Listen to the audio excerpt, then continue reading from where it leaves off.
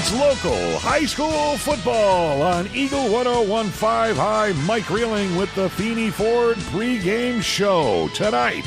Live on Eagle 101.5, eagle1015.com, and the mobile app. It's the Gaylord Blue Devils hosting the Clare Pioneers. Brian Hollenbaugh and Dave Boswood bring you the play-by-play action. And tonight, the Johannesburg Lewiston Cardinals will host the Manton Rangers. That game streaming live on eagle1015.com with Gordy Richardson and Jim Hilgendorf. As we get kickoff underway at 7 o'clock. On the pregame show, we'll check in with the head coach of the Gaylord Blue Devils, DJ Simoniak, and the Johannesburg Lewiston head coach, Joe Smokovich. Stay tuned. It's the Feeney Ford pregame show on Eagle 101.5, eagle1015.com, and the Eagle mobile app. Feeney Ford is Northern Michigan's headquarters for certified Ford cars and trucks. Hi, I'm Sean Abraham and can assure you every Ford certified vehicle passes a 172-point inspection, includes a Carfax report, a 12-month, 12,000-mile comprehensive warranty with 24-hour roadside assistance. Plus, we add our Feeney touch by delivering your certified vehicle with a full tank of gas, fresh oil change, new wiper blades, and 2 sets of keys to ensure your experience is first rate. Experience it for yourself and make your next vehicle purchase at Feeney Ford in Grayling. Want to pay less for gas and earn rewards at the same time? Visit marathonsmakeitcount.com and sign up today or download the phone app. You'll save 5 cents per gallon and earn points that can earn you up to 50 cents off per gallon. There are also many ways to save and earn at your local S&K food stores. You can grab many of your favorite snacks, cold beverages, and essentials while you fill up and save at the Marathon S&K food stores.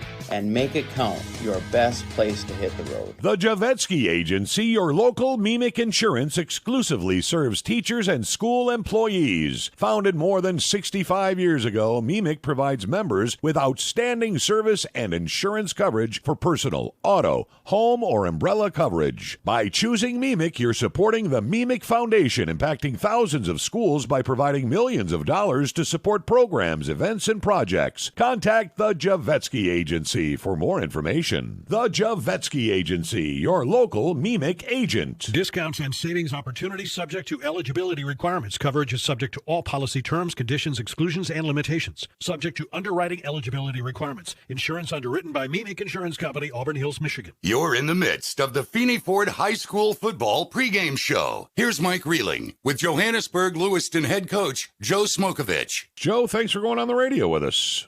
Not a problem, Mike. I appreciate you guys, taking care of us. Well, it's been a tough season for you guys. Numbers looked pretty good, though, against Coleman this past Friday. It was a 42-30 loss for the Cardinals, but scoring looked pretty good. You had Preston Marlette with 27 carries, 114 yards, 10 of 19 for passing.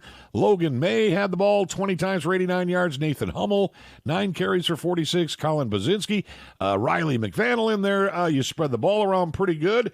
Let's talk about this past week against Coleman. Yeah, we came out, after the first quarter, we had the lead, a few breakdowns offensively and defensively that cost us. Late in the game, we made a heck of a comeback. We got down inside the 5-yard line and with 4 minutes to go, and we could have cut the lead to either 6 or 4, and we just couldn't capitalize and get it in, and that's kind of how the game ended, But our kids played great. Like you said, we spread the ball around a lot. I think May and Marlette almost rushed, Marlette rushed for 100, May almost over 100. Hummel, I think, with his receiving and his rushing at over 100. So, our kids played very well. Just had, some mental breakdowns from, inexperience and those kind of things. As we're pretty young right now just due to injuries. Preston was our player of the game. Gordy Richardson and Jim Hilgendorf says he really was in the game with his running and the passing and the leadership along with the defense as well. Yeah, he played great all the way around. That's kind of the player we thought he was going to be all year for us. Then he got hurt week 1 and, he's finally back to being 100% healthy. So that just shows you the kind of player he is. All right, final game of the year, Manton coming to town this Friday night. Yeah, Manton's coming to town. We haven't played them in a couple of years. We've had traditionally some pretty good ball games with them. So, hoping for the same kind of stuff, hoping for a win this week, obviously. especially on senior recognition night and those kind of things. Finish the year with a win and some positive going into next year. And how do you keep things positive with the boys? What do you guys talk about when the crowd's not around? The kids have a lot of pride and they just give us 110% all the time. That's just how they are. That's how they've been for us forever. We actually brought in a Navy SEAL yesterday to put them through some workout and some team building kind of stuff. And it was a great thing to see. Built them, broke them down, built them back up. And, I think they're better for that kind of stuff. Today we'll get after it and we have a little bit of fun and, that's about what it is. Coach, how about off the field with someone in your organization that you'd like to highlight this week? I have to go with Dr. Ryan Lucas there. He's comes and helps us out at home games, takes care of our kids. Our kids go in and see them throughout the week and get worked on and those kind of things. And, keeps a lot of our kids, that are able to stay healthy enough to play, takes care of the bumps and the bruises and the aches and the pains that he can take care of that, keeps our kids playing. Coach, best of luck to the Johannesburg Lewiston Cardinals hosting the Manton Rangers. Thanks, Mike. Greatly appreciate it, and you have a great one. You too. Joe Smokovich. He's the head coach of the Johannesburg Lewiston Cardinal varsity football team. It's the Feeney Ford Coaches Show on Eagle 101.5. Feeney Ford is Northern Michigan's headquarters for certified Ford cars and trucks. Hi, I'm Sean Abraham and can assure you every Ford certified vehicle passes a 172-point inspection, includes a Carfax report, a 12-month, 12,000-mile comprehensive warranty with 24-hour roadside assistance. Plus, we add our Feeney touch by delivering your certified vehicle with a full tank of gas, fresh oil change, new wiper blades, and 2 sets of keys to ensure your experience is first rate. Experience it for yourself and make your next vehicle purchase at Feeney Ford in Grayling. Shop Builder's First Source in Gaylord for quality building materials and great ideas for your bathroom or kitchen. Ceramic, porcelain, glass, for your floors, laminate, tile, wood, and more. And if you need help, head for their help center with how-to information. And of course, they can supply all of your lumber needs. Their courteous staff is on hand to help. It's Builder's First Source, formerly ProBuild, 27 North in Gaylord. Your supplier for cabinets, doors, windows, insulation, lumber, and roofing, and great ideas. Hey, Northern Michigan, Chris Martinson from Smith Camp Chrysler Jeep Dodge Ram of Gaylord, here to let you know that it's Jeep Adventure Days, and we have new Jeeps and Ram trucks in stock and more arriving almost daily. Prefer to shop online? Try SmithCampGaylord.com. Our simple and user-friendly website allows you to shop from the comfort of your home, the lake. Well, you get the idea. You can browse a little or take care of the entire transaction. It's up to you. So whether you prefer to shop in person or online, Smith Camp is your Jeep and Ram headquarters. Exit 282 off I-75 or 24 hours a day at SmithCamp.com. You're in the midst of the Feeney Ford High School football pregame show. Here's Mike Reeling with Gaylord High head coach DJ Shimoniak. DJ, thanks for going on the radio with us. I appreciate it, Mike. Thank you. Well, Gladstone last week, 14-0 in that game. Sounds like your defense held out pretty good. Couldn't get any scores in, though. Yeah, defense, they did a good job. They were on the field most of the time. We had a lot of 3-and-outs. Obviously struggling to put the ball in the end zone. But, the defense did play well. Gladstone's a tough team. We knew they were going to come play. They had two really good defensive linemen that we couldn't keep out of the backfield. And once you start getting people penetrating the backfield as much as and often as they did, it makes it hard to do anything on the offensive side of the ball. So, all right, season finale this Friday night. You've got the Clare Pioneers coming to town. Yeah, Clare's coming to town. Good ball team. They've had their same head coach there, 25, 30 years. Coach Luplo, and they're a good ball team. They're disciplined. They run a little bit of an option. They've got a speedy guy as their quarterback, number one. They're going to be a tough team. But like I talked to the boys this week in practice and explained to them, it's a seniors last game, and most of these guys are never going to put a set of pads on to not really worry about, wins and losses in the season and the way that it went, but to go out and play the last game is, like your last play that you're ever going to play the game, and make sure that they have no regrets. As athletes, we know that the worst thing that that you can live with is regretting, leaving school and regretting that you wish you would have done more. And so that's really the big thing we're instilling these boys this week. And you're using the stage this week to raise some money to fight cancer. Talk about it. It's a pink out game, right? Yeah, absolutely. We've got a few people in our community that we know of that are going through that battle right now, which is a lot bigger battle and tougher battle than playing the game of football. And so we're going to have a pink out game. And we want to just let them know that we support them and that Gaylord football has their back, and anything we can do to support them, we will. Talked to Christian Wilson on Wednesday morning, and he talked about how proud he was of the Gaylord Blue Devil program and where you've taken it, and talked about the culture that you bring. What do you suppose he's talking about there? I think for one is we start in the classroom. Having study hall and making sure that these boys understand that their grades are the most important, and that they're going to have their mind within the rest of their lives, and the game of football is going to end for them, unfortunately at the age of 16, 18 years old, and they have the rest of their life to live, to understand that education is a huge factor, in being productive, later on in life, and just the hard work mentality, that we had talked about week to week. That we try to instill in these kids is just that blue collar work mentality that the city of Gaylord's had and always had, and how the town was built.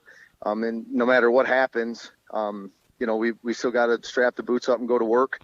And I think that's what we instilled, and that's what we're seeing. And unfortunately, the wins and losses didn't work out the way that we wanted them to.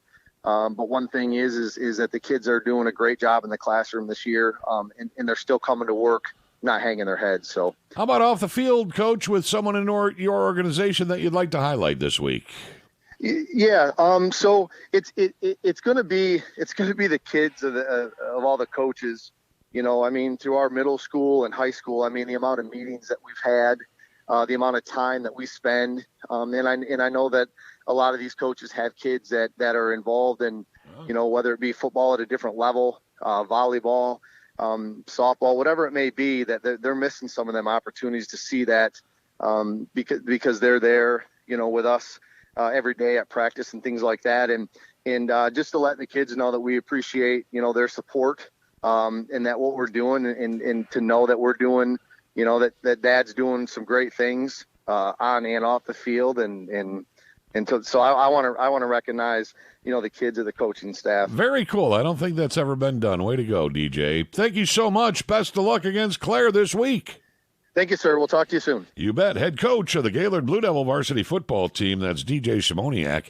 Mike Reeling here, and it's the Feeney Ford Coaches Show on Eagle 101.5. Feeney Ford is Northern Michigan's headquarters for certified Ford cars and trucks. Hi, I'm Sean Abraham, and can assure you every Ford certified vehicle passes a 172-point inspection, includes a Carfax report, a 12-month, 12,000-mile comprehensive warranty with 24-hour roadside assistance. Plus, we add our Feeney touch by delivering your certified vehicle with a full tank of gas, fresh oil change, new wiper blades, and 2 sets of keys to ensure your experience is first rate. Experience it for yourself and make your next vehicle purchase at Feeney Ford in Grayling. Want to pay less for gas and earn rewards at the same time? Visit marathonsmakeitcount.com and sign up today, or download the phone app. You'll save 5 cents per gallon and earn points that can earn you up to 50 cents off per gallon. There are also many ways to save and earn at your local S&K food stores. You can grab many of your favorite snacks, cold beverages, and essentials while you fill up and save at the Marathon S&K food stores. And make it count, your best place to hit the road. The Javetsky Agency, your local Mimic Insurance, exclusively serves teachers and school employees. Founded more than 65 years ago, Mimic provides members with outstanding service and insurance coverage for personal, auto, home, or umbrella coverage. By choosing Mimic, you're supporting the Mimic Foundation, impacting thousands of schools by providing millions of dollars to support programs, events, and projects. Contact the Javetsky Agency for more information. The Javetsky Agency, your local Mimic agent. Discounts and savings opportunities subject to eligibility requirements. Coverage is subject to all policy terms, conditions, exclusions, and limitations. Subject to underwriting eligibility requirements. Insurance underwritten by Mimic Insurance Company, Auburn Hills, Michigan. It's local high school football on Eagle 1015, eagle1015.com, and the Eagle mobile app. Now let's go high atop the press box with Brian Hollenbaugh and Dave Boswood calling all the Gaylord Blue Devil action. Thank you, Mike. It's a Friday night, and of course, it's a beautiful Friday night under the lights. Brian Hollenbaugh along with Dave Boswood. Dave, how are you? Doing very well. Thank you, Brian. I'm glad to be out here tonight. It's a beautiful night to watch football from the J. Soderberg Memorial Press Box here at the Gaylord Football Stadium. The tree across the way is starting to turn. It's a little bit of color there, but I was wearing shorts earlier this week, and now I'm in a pullover and blue jeans, and I'm actually wearing socks too. I've been begrudging about wearing socks, and I didn't want to do it, but I got wool socks on tonight. Well, it's a good choice. It's about 50 degrees. It's a little overcast, but it's a nice night. There's not a lot of wind right now, and last week I actually commented that was the first game that I'd called this season where I didn't have shorts on, and so I guess this is the second one. But well, I wish I could have joined you up on that long journey up to Gladstone, but duty calls. I had family in town, and so they had made the trek up. Of course, I think they were coming up for the leaves and not necessarily me. But needless to say, tell us about last week's ball game. So, we traveled up to Gladstone. Gladstone and Gaylord were pretty well matched up, but, they came away with a victory, the Braves there, and they did it mostly in the air. They had a couple of passes that did a nice job where they took advantage of the defense kind of, getting drawn in by this sort of jet sweep, delayed handoff, so it was kind of a read option kind of play, and the quarterback would draw the linebackers in and then release that wing and go across the middle and hit them.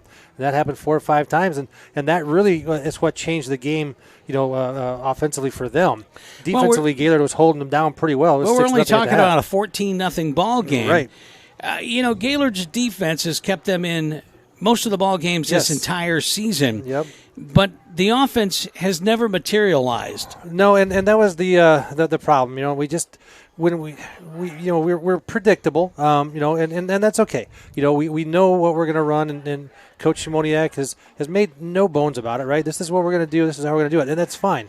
But we have to be a little bit adaptable and a little bit more nimble with our choices when we decided later in the game to try to start to air it out a little bit, which it was there. There was an opportunity. It showed that we just don't practice that part of the game as much as we should. Caleb Ongst was the quarterback at that time and passed the ball fairly well, but just not accurately. And then, he'd roll to one side. There would be an opportunity because when the receivers went back, there was a wide open space, but then he would decide to tuck and run. Then he would pause and then look downfield and throw it instead of getting those 7 or 8 yards. But that's youth, though. I think we got, he's a sophomore. Pretz is a sophomore. There's a couple of young guys on there. So I think it bodes well for the future. Well, the Gaylord Blue Devils come into tonight's game with a record of 2-6, losers of 4 straight. They've faced 3 shutout losses this season. The offense has only generated 36 points in 8 games, and the defense, which has shown some flashes of brilliance, has given up 178 points, which under normal circumstances, giving up 178 points, aside from those 2 Traverse City losses and a Cadillac loss, that's not as bad. The problem is 36 points over 8 games. Yes. That's the problem. And tonight, if they're going to have any chance of beating these Clare Pioneers, they're going to have to get on the scoreboard multiple times. Meanwhile, Clare comes into tonight's game 5-3 on the season. Their losses were to Gladwin, Marquette, and Freeland, all bigger schools. Right.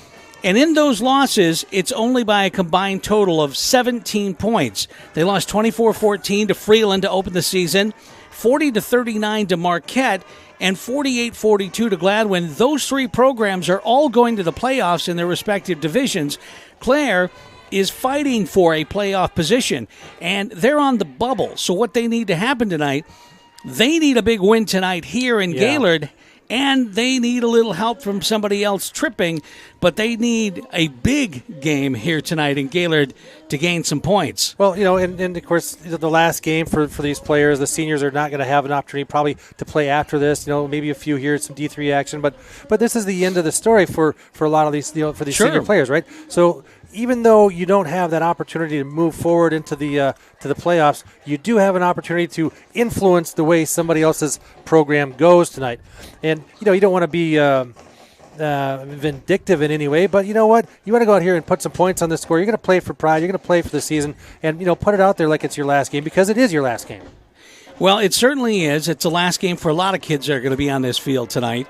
And, I'd like to take a moment and really, despite the fact that we're looking at a 2-6 record, and despite the fact the offense really hasn't gotten into gear, the coaching staff for Gaylord has really stuck to what it is they want to instill in these kids. Mm-hmm. And it's about developing a system, understanding a system, and then starting that system with 7th and 8th graders and allow it to evolve. So when the kids come up, they're going to understand the lingo, the dialogue being used, and they're going to feel comfortable in the scheme. So what we hope is we see the offense improve year over year. Absolutely, and I think you're right. One of the things that you'll see with the kids is, even though their record isn't is a losing record, they don't feel like they've lost. They feel like they've done it. They're prideful. They feel good about themselves being athletes. Certainly, they would have wanted some more wins, and that's why they're going to go out and try to get a win tonight, right? I think they buy in. They believe in the coach. They believe in what's going on.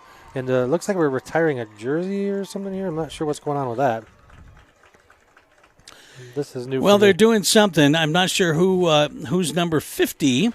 Yeah. But they're recognizing somebody down on the field with that. We can't really hear what's going on, but we're going to be taking a pause here in a moment for the national anthem. But before we do that, Dave, what are some of the key things that the Blue Devils need to do to not only stay in this game, but win this ball game? Well, offensively, there's no question. They have to be a little bit more creative, and hopefully they had a chance to practice some of the passing plays during the week, because they're going to need to air the ball out a little bit, because we've demonstrated predictability on the ground running the ball, and we don't have the overwhelming speed to get to the outside, so that limits in what we can do. So we have to go up the middle. So I think offensively they have to spread it around just a little bit more than they have.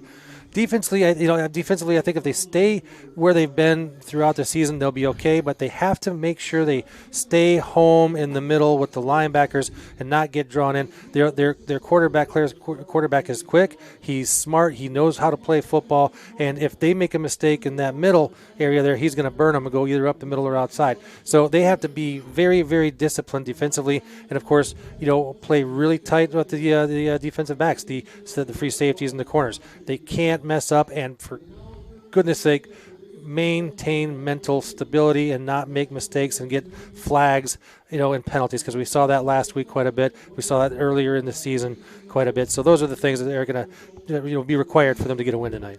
Well, and we'll see exactly what's going to happen out here, and I believe Clare's going to get the ball first as we open up this game. So we're going to find out what they're going to be like on offense. The Clare Pioneers coming into this stadium tonight with a 5-3 record, facing a Gaylord Blue Devil team that is just looking to basically finish the season on a high note, currently coming in at 2-6 on the season, but a third win and a final win of the season would be a real positive note to really grow upon for next season. Yeah, I agree. There's no question about it, and that's the the only way to end this season is on a positive note, right? Make it a big win, and at least keep it close and have a good time, and send the seniors off on a very happy note.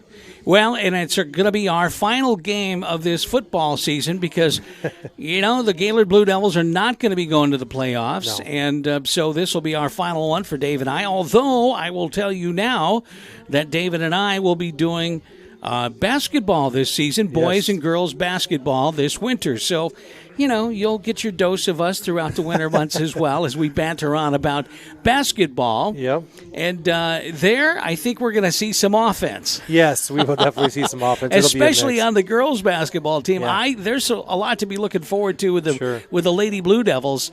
They're going to be a pretty good basketball team this season. So there's something to look forward to there. And, of course, we'll see what the boys team looks like. Some of those kids have grown since the last year. So some exciting things to look forward to. But coming up here in about a minute, we've got an exciting thing to look forward to here, and that's a high school football game here at Gaylord Community Field, pitting the Gaylord Blue Devils against the Clare Pioneers.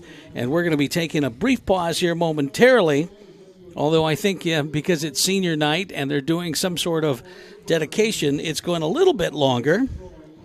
So we'll try to time this. We've had horrible timing all season on trying to make it work. Make it work. So, but I'm looking forward to it, Dave. It's been a fun season calling football with you. And looking forward to tonight's game as well. Yeah, I am too, and I appreciate it and the opportunity to do this. It's a lot of fun. I enjoy being out here week after week and calling the games, and I think it's a great way to kind of give back to the community, at least on my part anyway. I enjoy it a lot, so thank you, Brian. Well, we're going to take a pause. We'll be right back, and we've got a football game ahead. You're listening to Eagle 101.5.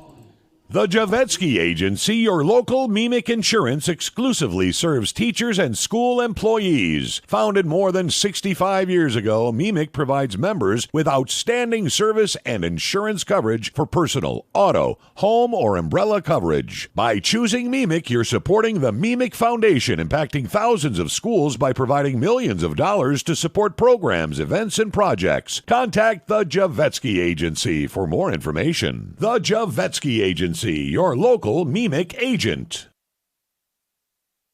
Feeney Ford is Northern Michigan's headquarters for certified Ford cars and trucks. Hi, I'm Sean Abraham and can assure you every Ford certified vehicle passes a 172-point inspection, includes a Carfax report, a 12-month, 12,000-mile comprehensive warranty with 24-hour roadside assistance. Plus, we add our Feeney touch by delivering your certified vehicle with a full tank of gas, fresh oil change, new wiper blades, and 2 sets of keys to ensure your experience is first rate. Experience it for yourself and make your next vehicle purchase at Feeney Ford in Grayling. Your Gaylord 7-Eleven is the perfect place to grab something cool when you're on the go. Quench your thirst with an ice cold Slurpee or Big Gulp. And of course, there's always freshly brewed coffee 24/7. 7-Eleven is there for you, plus just about anything else you might need in a pinch, including snacks, grocery items, and even lottery tickets if you feel a winning streak coming on. Open 24 hours a day. They put the convenience in convenience store. Your neighborhood 7-Eleven on North Center Avenue in Gaylord. We have an exciting event at the Ellison Place in Gaylord on October the 23rd at 7 p.m. Join us for the Ultimate Halloween Monster Bash featuring Rush Entertainment's DJ Dean and the band Cease. Tickets are $10 and include 1 free draft drink for attendees who show up in costume. Best costumes are eligible for great prizes. Get your tickets at the door or in advance at Johnson Oil's office today. Don't miss out on Halloween's Monster Bash on October the 23rd at 7 p.m. at the Ellison Place. Hey, Northern Michigan, Chris Martinson from Snuff Camp Chrysler Jeep Dodge Ram of Gaylord, here to let you know that it's Jeep Adventure Days, and we have new Jeeps and Ram trucks in stock and more arriving almost daily. Prefer to shop online? Try snuffcampgaylord.com. Our simple and user-friendly website allows you to shop from the comfort of your home, the lake. Well, you get the idea. You can browse a little or take care of the entire transaction. It's up to you. So whether you prefer to shop in person or online, Snuff Camp is your Jeep and Ram headquarters. Exit 282 off I-75 or 24 hours a day at snuffcamp.com.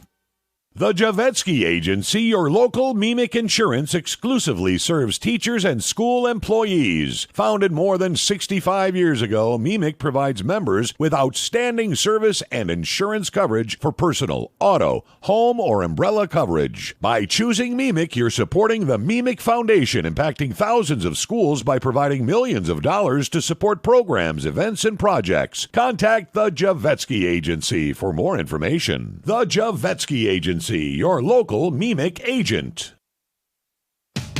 Your Gaylord 7-Eleven is the perfect place to grab something cool when you're on the go. Quench your thirst with an ice cold Slurpee or Big Gulp. And of course, there's always freshly brewed coffee 24/7. 7-Eleven is there for you, plus just about anything else you might need in a pinch, including snacks, grocery items, and even lottery tickets if you feel a winning streak coming on. Open 24 hours a day. They put the convenience in convenience store. Your neighborhood 7-Eleven on North Center Avenue in Gaylord. It's almost game time, and the Feeney Ford High School football pregame show heads to the field.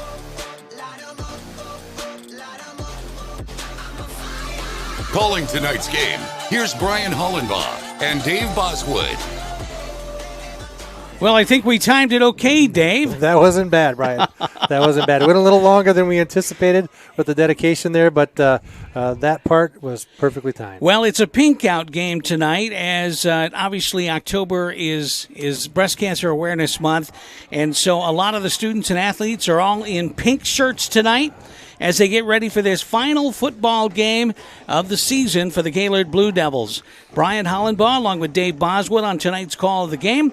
Blue Devils come into tonight's game 2-6 on the season, while Clare comes in with a 5-3 record, and Clare needs to win this game in the worst kind of way to keep their playoff hopes alive. Right. Blue Devils are coming in to just finish off the season on a high note. Yep, absolutely. And, I like the change. They've changed the helmets a couple times this year, in support of different things. Like tonight, the trident on the helmets is a pink trident, and it's actually, you know what? It looks really nice. The red, white, and blue one is also very nice, but they've mixed it up a little bit, and I'm excited about that. And they seem fired up. They're ready to go. They've never been really down. They anticipate coming into the game and getting a win, and hopefully they do that tonight. They'll get out there and play some ball.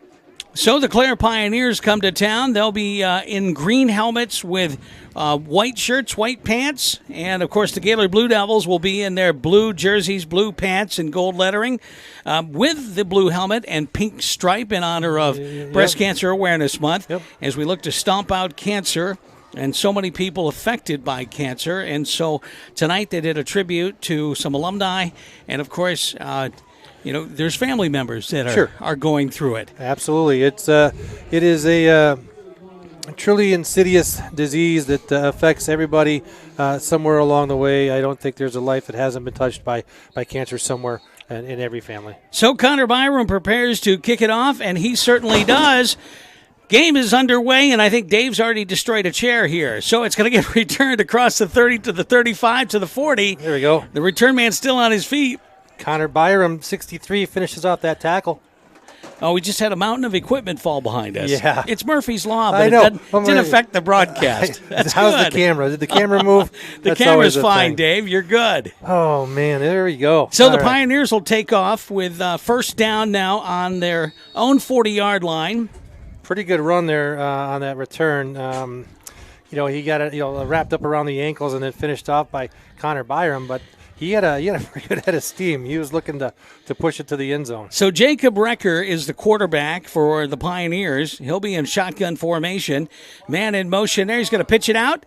He's going to make his way around the corner to the left side. He's got some running room. He's past the 50. Going to get wrapped up at around the 45. Riley Hush on the tackle on the far side there. That pitch got out there pretty quick, and number one was gone. Al Warner on the carry for Clare brings it down to the 45-yard line for a first down on this opening play of the ball game. Yeah, we're going to have to really stay home and spread that out there and scrape down the lines and contain number one. So, again, this time the quarterback's going to pitch it out. This time they go the other way to the right side, makes his way around the corner, picks up a few yards, probably about 7 on the carry, does number 3. That is Carter Smedley on the carry. Ty Benzinger, number 11 on the tackle, coming up from the safety position to kind of clean things up. 44, Pretzloff came along the other side just to kind of help out in pursuit to the ball. Clare looks quick out there on offense already. They do. They have a pretty strong athletic line. They're not, massive guys, but they're big guys, and they're pretty quick. This time Recker's going to look to pass. He fires it out to the flat. Oh, he can't make it. Can't connect with Smedley. It's going to be an incomplete pass. Going to bring up a 3rd down and 3 for Clare. Gabe Thompson, number 6, was out there to defend that. He was a step or two behind, so had Smedley grabbed that ball, he would have got a yard or two, but I think that is a great last name, Smedley. Smedley, huh? Yeah, that's makes me laugh. It's nice. It's a nice name. Hello, Smedley. But you're thinking of Snidely Whiplash. Yes, That's what you're thinking of. Dudley Do-Right. Exactly. That's what it reminded me of. 3rd and 3. Recker's looking to fire it across the middle. He's got a man wide open. He connects with him, and he drops it. Warner had his hands on it, and if he had caught that, it would have been a touchdown. Yeah, he was a step or two ahead of 16 Gus James out there. He was closing on him, but he just had to look up over his shoulder there, and it went right through his hands and bounced off his fingers just a little bit. Well, if we were playing basketball, that would have been 2 points because it would have went right through his hoops. Well, they've demonstrated that they've got some weapons here, and if they connect on any of those last two, that would have been dangerous. So it brings up a 4th and 3 now for Clare. Recker's going to look downfield. He's going to fire. Got a man wide open. Got the first down and more. Still on his feet. Going to get wrapped up at about the 23-yard line. The receiver was wide open. Defense was playing soft on that one. Gave up well enough for the first down and more. Well, I mean, that's certainly the part of the tactic, right? You just kind of soften them up. You go deep a few times. If you hit, you go great. If you miss, you don't. But you widen things out, and now they've got opportunity to run and throw, and they are quick. They're back to that line and moving. So it's a 1st and 10 from the 23. They're going to go up the middle this time and get nowhere. Going to get wrapped up there by a Blue Devil. Looks like big number 78. Yeah, that's Trent Kopinski. Trent Kopinski's a senior lineman. He's been out there battling away all season long and did a nice job on that tackle there up front. No gain on that one. Brings up a 2nd and 10. Hurry up offense for Clare. They move the ball quickly. Recker's going to take it. He's going to look downfield, fire off to the side. He's got a completion there to his man, number 11. He's got one man to beat. He's going to get wrapped up and tossed out by, looks like 27, John Unks. John Unks did it, and so it's going to bring him out at about the 9-yard line. So it'll be 1st and goal from the 9 now. Well, this fast pace has really kind of got the defense kind of looking around trying to figure out where to go. Recker hit Dawson John for that big pickup, and now they're in the red zone. Let's see what they do. They're going to hand it off to Warner. He's got one man to beat. He's going to make his way into the end zone, untouched for a Clare touchdown. Yeah. That's quickness. They put it together pretty well there, Brian. I mean, we got 2 minutes off the scoreboard, and it's a touchdown, and they moved the ball 60 yards pretty quick. So. A minute 52 comes off the clock, and we've already got our first score of the ball game. Yeah. You know, and the thing is they did a nice job spreading things out. You know, they went for those long passes, and it forced the defense to step back, and it confused them a little bit. And now they got to play tight, to play man-to-man, and try to stay tight with these receivers. They're fast and athletic, and they didn't blow anybody up, but they just moved the ball consistently and consistently well. Point after attempt. It's off, it's down, it's up, and it looks like it's going to be good, and it is.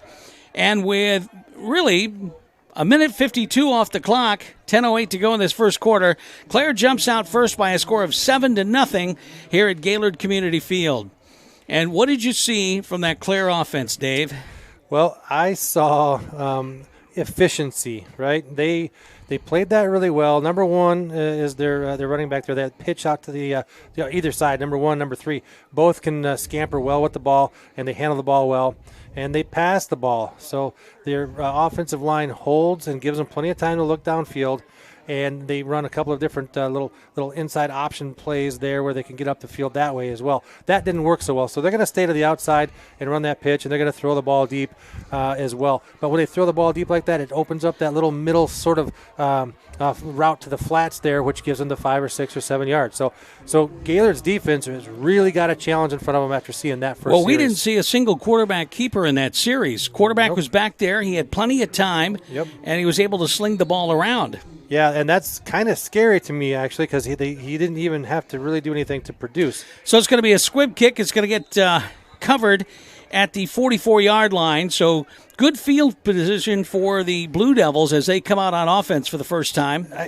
Brian, was it a squib kick or was that an intentional onside kick because they want to really pile on the points here? Well, you just don't know. Cole Dexter fell on it wisely, didn't try to do anything with it, and so the Blue Devils have good possession. But perhaps that was designed to be, an onside kick. Maybe it was the squib in hopes that they would recover. I mean, so that's a pretty aggressive play, if you ask me. Brady Pretzlaff is in at quarterback. He's going to hand it off.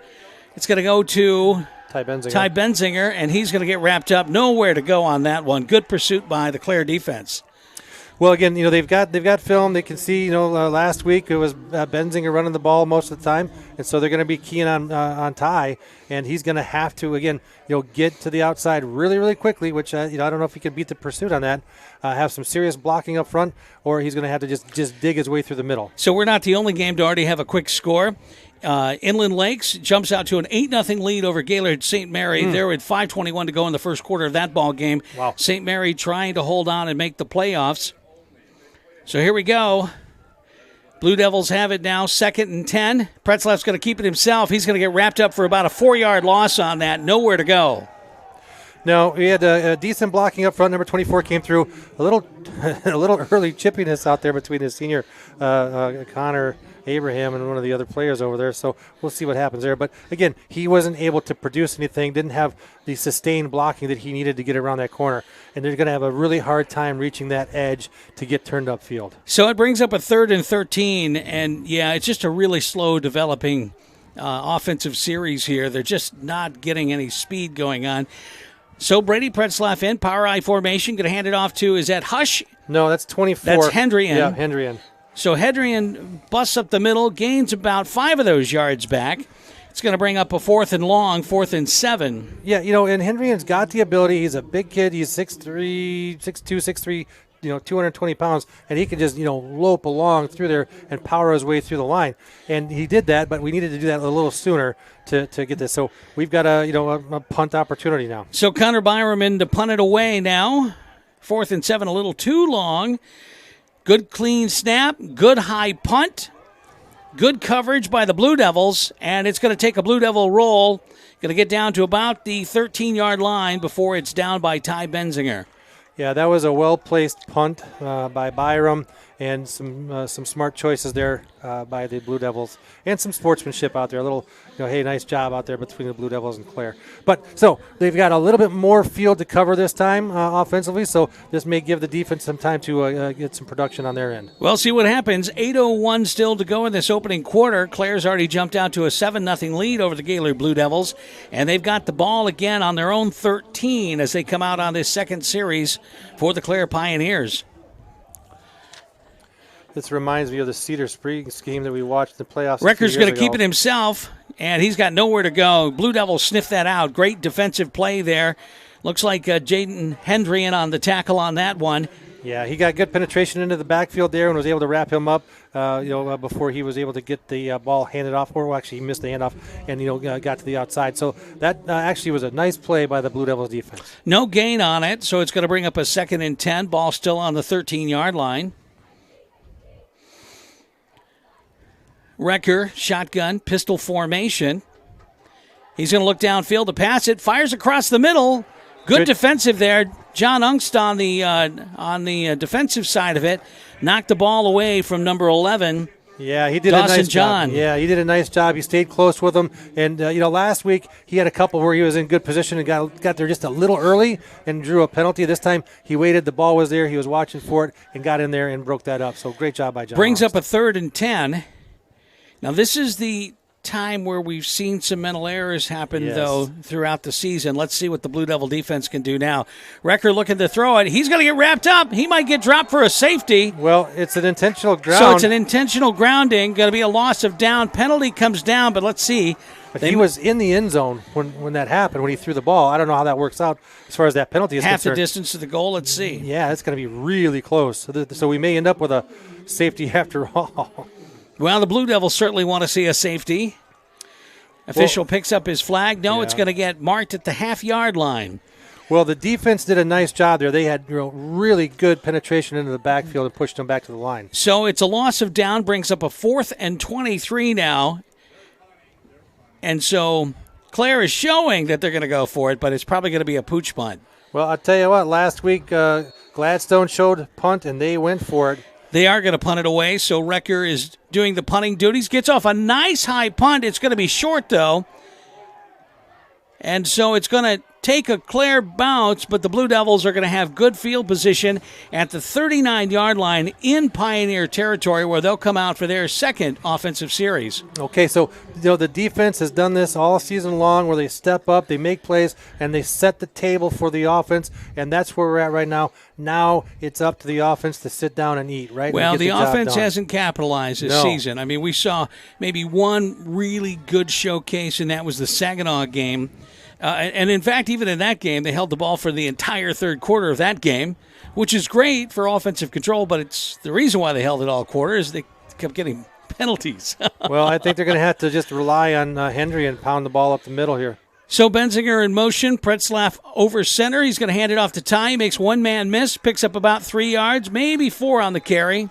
Okay, not a terrible run there. He got a good block from Henry and his fullback and was able to get around. He kind of slipped that tackle. The guy who was back there had a hand on him and was able to get around it. But we're going to need more than 2 or 3 yards. We got to get something going up the middle. They're going to give him 3 on the carry. Brings up a 2nd and 7 with 6:43 to go. Opening quarter of this ball game here in Gaylord.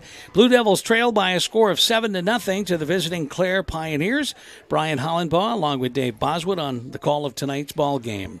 You know, I like to see that the crowd is out here, even though the team's not been doing as well as they would like. It's a great support by the fans and the community here.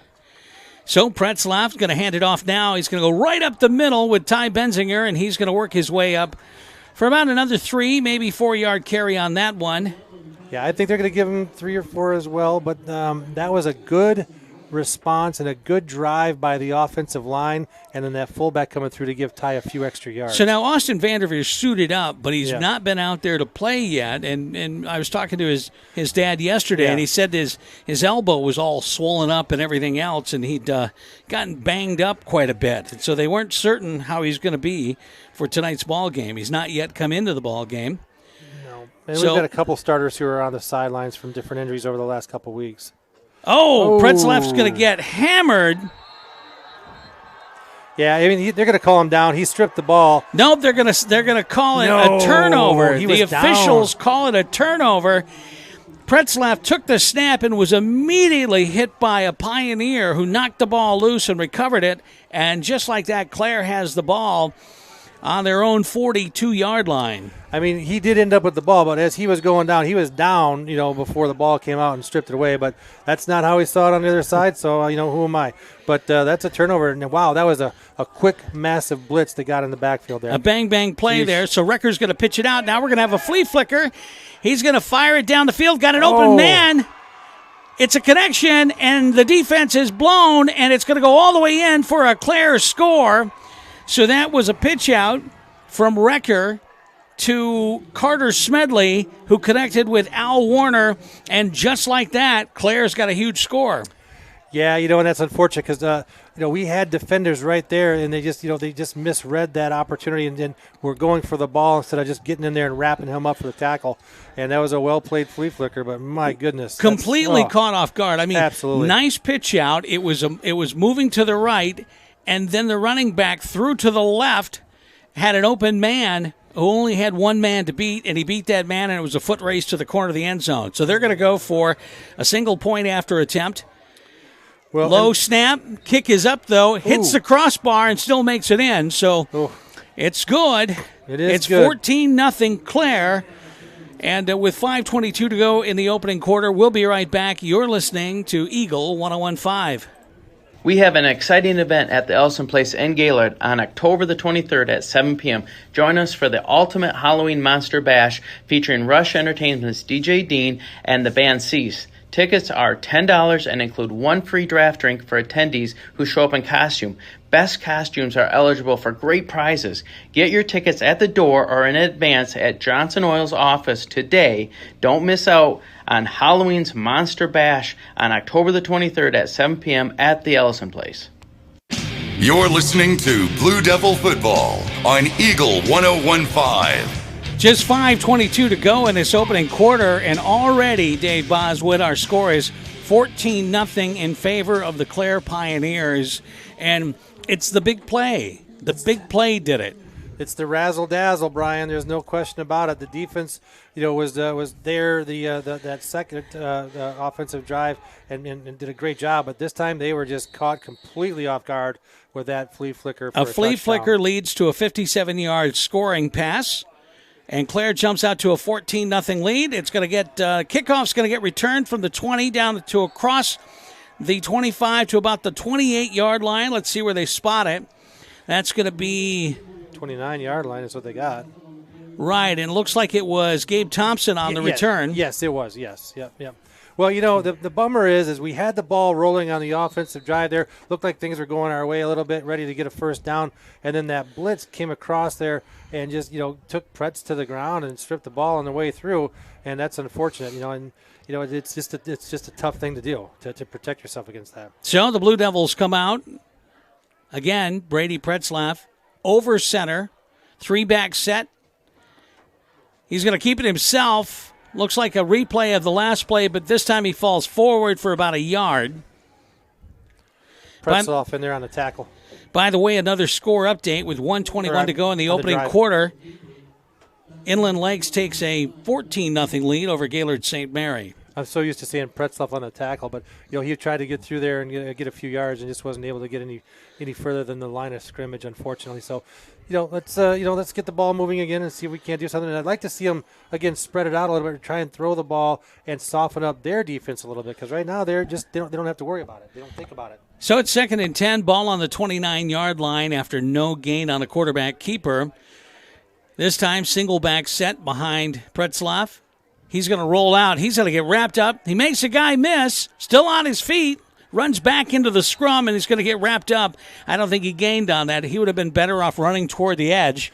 Yeah. He might have had a clear lane to run, but instead he went right back up the middle, and they wrapped him up, and I think it's going to be no gain on that. Going to bring up a 3rd and 10. So the Clare defensive line is getting incredible penetration on these Blue Devils. Yeah, they're getting fired up, and they sense they can, bully these guys up front, and they are. So we're trying to, get around that by running to the outside, to the edge there, but just, not enough speed for Pretzloff to get out there. His blocking was there. He just, get too much penetration from the line. So again, Pretzloff, he's going to roll out to his right, look downfield, fires downfield, overthrows his man. He was looking for Cole Dexter. Had too much air on it. It's going to bring up a 4th and 10, and they're going to have to punt this away. Yeah, Cole had a reception last week for about 6 yards, so he's got some hands. He can catch the ball. He's demonstrated that, but we just haven't seen enough of these opportunities for him to really produce, and it was pretty good coverage, but in that case, it was just overthrown by Pretzloff. So 4th and 10 for the Blue Devils. Out comes Connor Byram. He's had the punting duties all season long for Gaylord. The freshman. What a freshman year. One of 3 freshmen playing on this varsity squad for Gaylord. Gets off a high punt, not going to go far. It's going to get returned at about the 46. Across midfield now goes Warner. He's quick. He's got another man, missed, still on his feet. There's a yellow flag down. He's across the 30 down to the 25. He's going to get wrapped up and brought down at the 22. But there's a yellow hanky on there, and it's probably going to come back, a little block in the back. Yeah, that's what it feels like, as a block in the back there. He wanted to spring him loose, and we had some decent protection there when he caught the ball. But I will credit Cole Dexter in the far end for the tackle to bring him down on that run. Warner's quick, though. He's got these little bursts of speeds, and it's football speed is what he's got. He's got the ability to kind of size it up and then just, kick into that extra gear and then be able to cut it back in. So, well, he's got vision, and, he seems very confident running the ball, so that helps out a lot. So that's going to bring it back into Clare, into their own end of the field. They're going to put the ball down at the 41-yard line. Recker's going to pitch it out to number 4. He's going to get wrapped up. Great effort there by the Blue Devils. Looks like that was Brady Pretzloff on the tackle. Yeah, he got across the line. He was ball depth from that far end spot that he was playing over there, and he read it well. He got off his block and came over and wrapped him up, and TFL for Brady Pretzloff. So a loss of 5 on the sack, basically a sack. I mean, it's not a sack, but that's fine. Yeah, we'll call it a sack. It's a loss. It's a loss, and that's a positive thing for the Blue Devils. So man in motion. Recker's going to look downfield, fires downfield, has a man wide open. That's going to be another Clare touchdown. John Unk slipped. It left number 11 wide open. Dawson John strolls into the end zone, and just like that, Clare jumps out 20-0. Yeah, and that's too bad for Jonathan there. He was in position, and he rolled around to come back and cover, and he just slipped on the turf there, and then that left Clare wide open for that reception. Well, and Jacob Recker, he was looking downfield the whole way. Yep. Lofted a nice ball and connected with his man. Now, if John Ungst had been on him, it's still probably been a completion, but it wouldn't have been a touchdown. Right, exactly. So Clare comes out for the point after attempt now. Last one hit the crossbar but went in. Kick is up. It's good. And our score, with 2:39 to go in the opening quarter, Clare 21, Gaylord 0. You're listening to Eagle 101.5. The Javetsky Agency, your local Mimic Insurance, exclusively serves teachers and school employees. Founded more than 65 years ago, Mimic provides members with outstanding service and insurance coverage for personal, auto, home, or umbrella coverage. By choosing Mimic, you're supporting the Mimic Foundation, impacting thousands of schools by providing millions of dollars to support programs, events, and projects. Contact the Javetsky Agency for more information. The Javetsky Agency, your local Mimic agent. You're listening to Blue Devil Football on Eagle 101.5. Still in the opening quarter of this ball game, 2:39 to go in this first quarter. Gaylord finds themselves in a 21-point hole to Clare after a couple of big plays. Yeah, this is not how we drew it up. This is not how we practiced it during the week, but this is where we're at, and this is the situation we're facing. So the Blue Devils have to get busy. Couple of score updates just in. Johannesburg, Lewiston, and Manton are tied at 14 apiece in the first quarter of that game. And, of course, Gaylord St. Mary trails 14-0 to Inland Lakes right now, still in the first quarter of that game. 2:39 to go, opening quarter here. It's all been Clare's offense, 21-0. They lead the Gaylord Blue Devils, and they're about to kick it off. Clare from the left to the right on the radio dial. The Blue Devils about to return it, and they will. Oh, it gets fumbled. Picked back up by the Blue Devils. They're going to cross the 25 to about the 28-yard line. It's Christian Harper, number 4. So Christian Harper on the return, it went through his arms. He had to pick it back up and make something out of nothing. Pretty good burst of speed. I hadn't seen him run a lot this year, but the decent acceleration after picking that back up, and got a pretty decent return to the 27-yard line. So Brady Pretzlaff still in at quarterback. We've seen he and Caleb Unks throughout the season. So it'll be Pretzlaff in with Hendrian, the lone back behind him. Now Benzinger in motion. They're going to hand it off to Ty. He's looking for a man to beat. He beats one. He's going to get wrapped up by a couple of white jerseys after about a 4-yard gain. Well, I'll tell you what, he had a good block by Henry, who came off the edge there around the end, and put it on him pretty good. And then, of course, Ty running hard, lowers his shoulder and tries to drive through. And, when Ty gets a little bit bigger, a little bit stronger, because he's not a big guy, I think he's going to be a formidable opponent there with running the ball. A gain of 5 by Ty Benzinger brings up a 2nd and 5. Ball on the 33-yard line. Blue Devils still in their own territory. 1:57 to go. Opening quarter of the ball game, they trail Clare 21-0. This time it's Benzinger in motion again. This time they're going to get called. A little bit of movement on the offensive line. No, they're going to call it. He jumped. I think they're going to. They're going to call it against the Clare defense. Yep, so number 56 jumped right across. He kind of got the hard count there and fell. That's going to bring up a 1st and 10 for the Blue Devils. They'll take that every single time. Yeah, absolutely. So a new set of downs moves the chains. Blue Devils now have the ball on their 38-yard line. So Hendry in the lone back. Benzinger now in motion. Going to hand it off to Hendry, and he works his way right up the middle. Nice. Keeps pushing the pile forward. Going to be about 7, maybe 8. They could give him 9. Now there's going to be a flag. Getting a little chippy out there, so let's see who they call it on. Well, that was a good, solid run by number 24, Jaden Hendrian. He just kept driving and driving. Had 4 or 5 guys on him. Got a push from the line, and they're going to call it against the Blue Devils. So a good run is going to get negated by the Blue Devils, getting a little chippy out there. So they're going to call that against the Blue Devil offense. That's going to move Jaden Hendrian's 9, almost 10-yard carry. In fact, they were going to give him a first down on that. Yep. It's going to negate that. So they're going to back it up 10 yards, 15 yards. So, in other words, a net of -5 on that play. Well, and that's so unfortunate because Jaden worked so hard for those yards, right? And then just to have someone lose their temper a little bit on the backside of the play, that's what I was talking about earlier when we said, what do we need to do? Well, that's one of the things I said we didn't need to do. You don't need to do. You got to keep your head in, you got to keep your focus, right? So the Blue Devils have a 1st and 15, and poor Jaden gets his 10-yard run negated.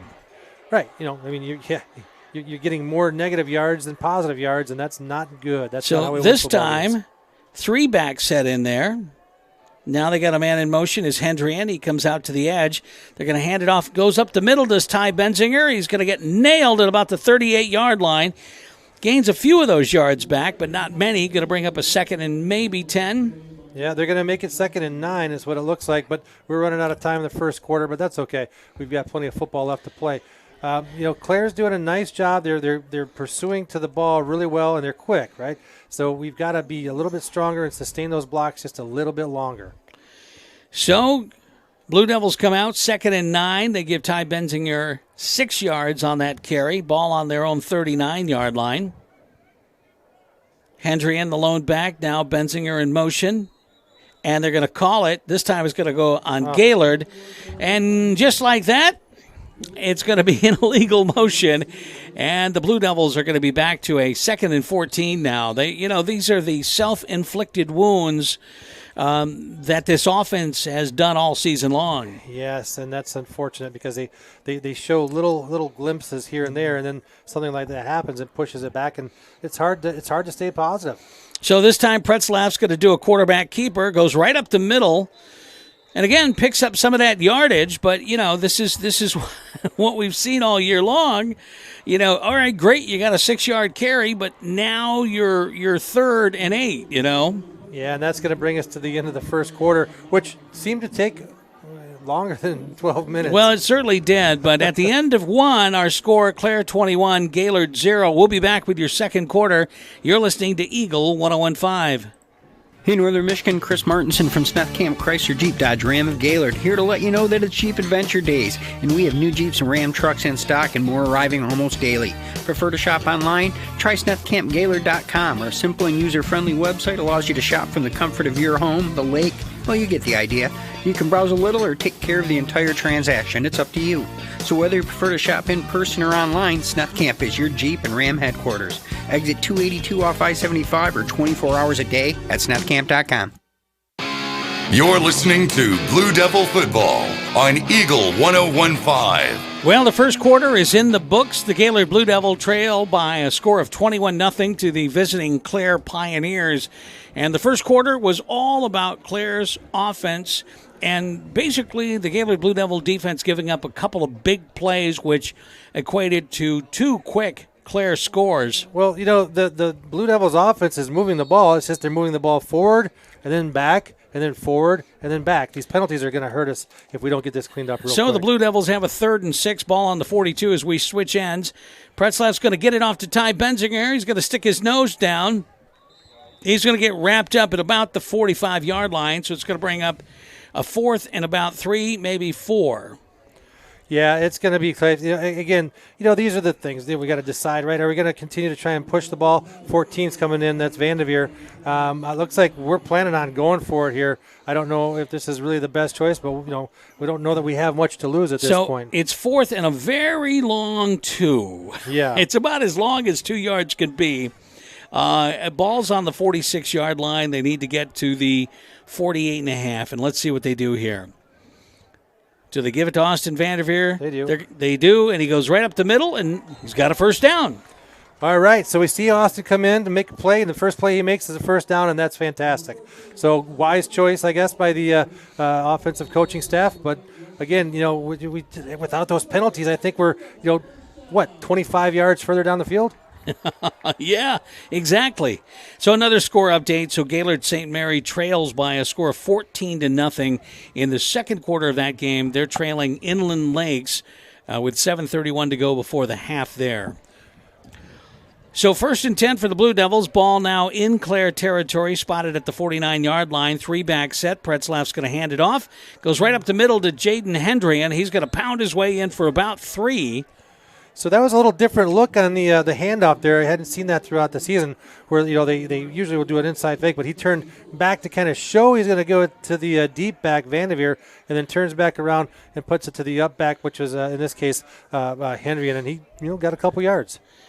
So it picks up 2, going to bring up a 2nd and 8, ball spotted on the 47-yard line. Blue Devils do chew up a lot of clock when they're on offense. Yes, they do. Yes, they do. It just hasn't equated to many points this season. Only 36 scored so far this season. 10:04 to go before the half. Pretzlaff is going to keep it himself. No, he's going to get it off. It's not going to But it's going to get wrapped up, and it's going to be another loss. Connor Abraham gets on that ball and recovers that because it was I don't know if it was it was stripped out of I think it was stripped out of Brady's hands, and wisely Connor Abraham fell on it. It's going to be a loss, and just like that, Blue Devils find themselves 3rd and 15. Yep. Well, I think that we need to try and pass the ball again. Because there's no reason for the defense to back up and give them any room to run. Now we're just forcing it. We're not going to. Yeah. Pretzlaff's going to try and throw now. He does a little toss to Austin Vanderveer. He comes across the 45, going to get run at about the 42-yard line. It's not going to be quite enough for a first down, but you got to think that Coach DJ Shimoniak is going to go for it. You're in Clare territory now. It's a 4th and 3 with the ball spotted on the 42-yard line. You need to get to the 39. Analytics say go for it. So Pretzlaff is going to try to call him off. That's what it looks like. He's going to try to call him off, and Clare's not moving. They take a timeout. So that's what that was, trying to get that offside and get that automatic first down. Didn't work, so the Blue Devils take a timeout. We're going to thank some of our sponsors here, Dave, like Feeney Ford, your certified Ford headquarters for Northern Michigan, Feeney Ford in Grayling, and Johnson Propane. While the game heats up, Johnson Propane is heating your home. And, of course, Mama Leone's, Northern Michigan's home for authentic Italian cuisine. It's Mama Leone's on South Otsego in Gaylord. And Hickerson Floor and Tile House. Let them assist in planning your home interior project. It's Hickerson Floor and Tile House on M32 just west of Gaylord. So, second quarter of this ball game, 8:53 to go before the half. Blue Devils trail by a score of 21-0. And somebody's bringing us in cookies, Dave. Look at this. Obviously, they don't know that I'm on a diet, which I'm not. Well, me either. And if they did, they wouldn't care because these look like pretty good cookies. So thank you very much. They're going for it, Brian. So it's 4th and 3, ball on the 42. Blue Devils going to go for it. Cole Dexter in motion. Pretzlaff's going to keep it, and he's just going to get wrapped up. He's got nowhere to go. Yeah, I mean, I expected him to go for it. You already said they were going to go for it, and I think it was the right choice at this point. But, again, that middle has not been open to Pretz very often without some serious blocking up front. And usually it's going to be that tailback coming through with 2 other fullbacks trying to drive through there. So, well, I'm thinking Brady's got to be at about minus 20 on the game. Getting close. He did have the one gain of about 5 or 6. Yeah, so that'll bring the defense back out, and hopefully we can stall out another drive by the Clare Pioneers. So the Pioneers come back out. Recker in at quarterback. He's going to keep it himself. No, it's going to actually be a Wildcat formation. So it was Al Warner in there, the speedy back, who took the direct snap, but the Blue Devil defense sniffed it out. Yeah, Riley Hush, number 34, was right there to wrap him up and take him to the ground, and that was nice. It's a loss, so a little TFL action for Riley Hush. Brings up a 2nd and 11 now. Cookies are good, Dave. They look good. This time Warner's going to throw it downfield. He's got a wide open man. So Warner was in at quarterback, connects with Ryan Roddenbow. Yeah, he does. He starts to take off, and the number 11, Ty Benzinger, at the safety position was there to just knock him down and hold that up, but not before a first down. So this is interesting. So they keep the quarterback on the sideline. They brought Warner, the running back, in shotgun. He's going to keep it himself. No, he's going to hand it off. It's going to get a nice first down gain there by Carter Smedley.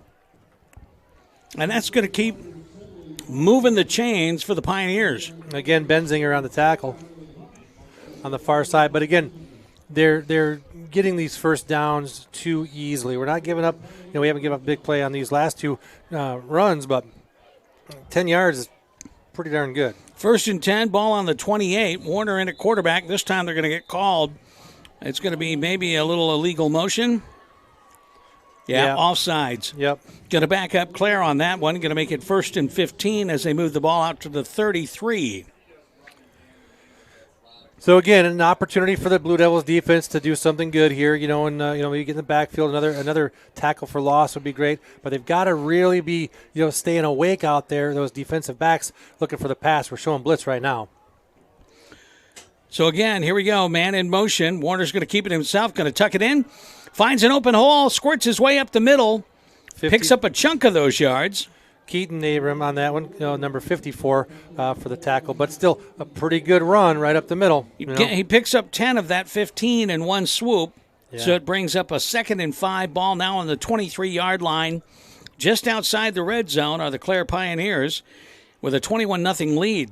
This time they're going to hand it off to number 2. He's going to squirt up the middle. Ball. Ball's on the ground. Still on the ground. Oh. Do the Blue Devils come up with it, or does Clare maintain it? Yeah, it's recovered by Clare. It kicked back 2 times. They stripped the ball pretty well, but it kicked back, and then Clare was able to recover the ball. Bull Weldon on the carry, squirted his way through, had enough for the first down, and then the ball went out. And basically, Clare, they're still going to give him a first down, had just enough for a first down after it went backwards. So 1st and 10, ball on the 19 now. Warner's going to keep it himself. Now he's going to pitch out at the last minute.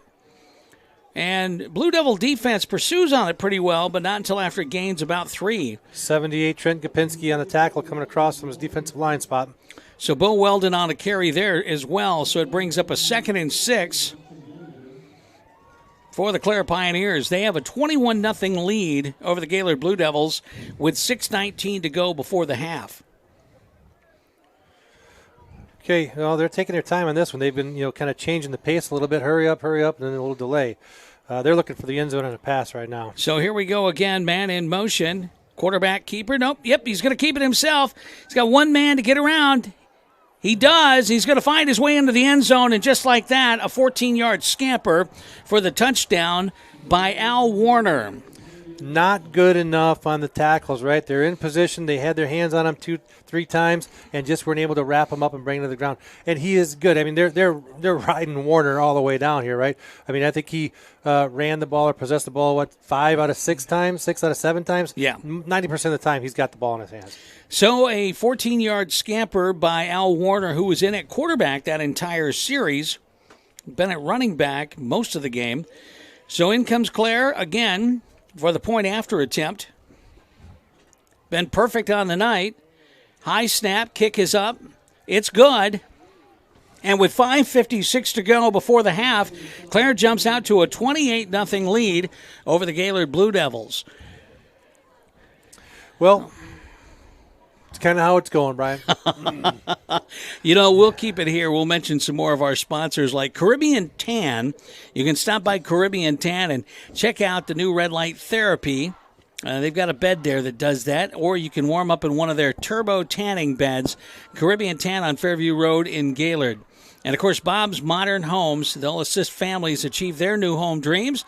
You can see their current models online at bobsmodernhomes.com.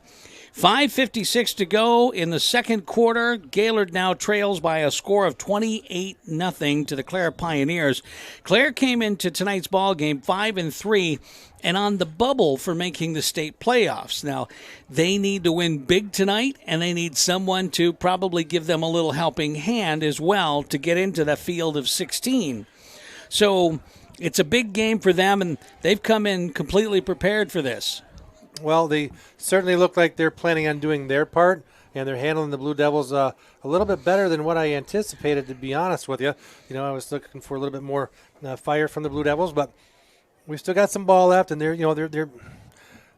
not giving up. I'm not saying that by any means. They're working hard and they're doing what they can, but they're just making these continued little mistakes, penalties, and not making the tackles and driving all the way through. So the Blue Devils are going to return this one across the 20, the 25, to the 30. Going to get wrapped up at about the 37. Christian Harper showing a burst of speed there. Yeah, he did. He's not a real big guy, but he was fired up, and he scampered along there. He had that other return on a previous kickoff. Got another score update. Gaylord St. Mary now trails Inland Lakes by a score of 20-0 with 4:43 to go before the half in that game. We're 5:50 to go before the half in this game, and the Gaylord Blue Devils trail Clare by a score of 28-0. Brian Hollenbaugh along with Dave Boswood on the call. We welcome you to Eagle 101.5, or if you're watching the game via our YouTube channel, you can find that at eagle1015.com. Click on the high school sports tab, and then you can watch the game while listening to it.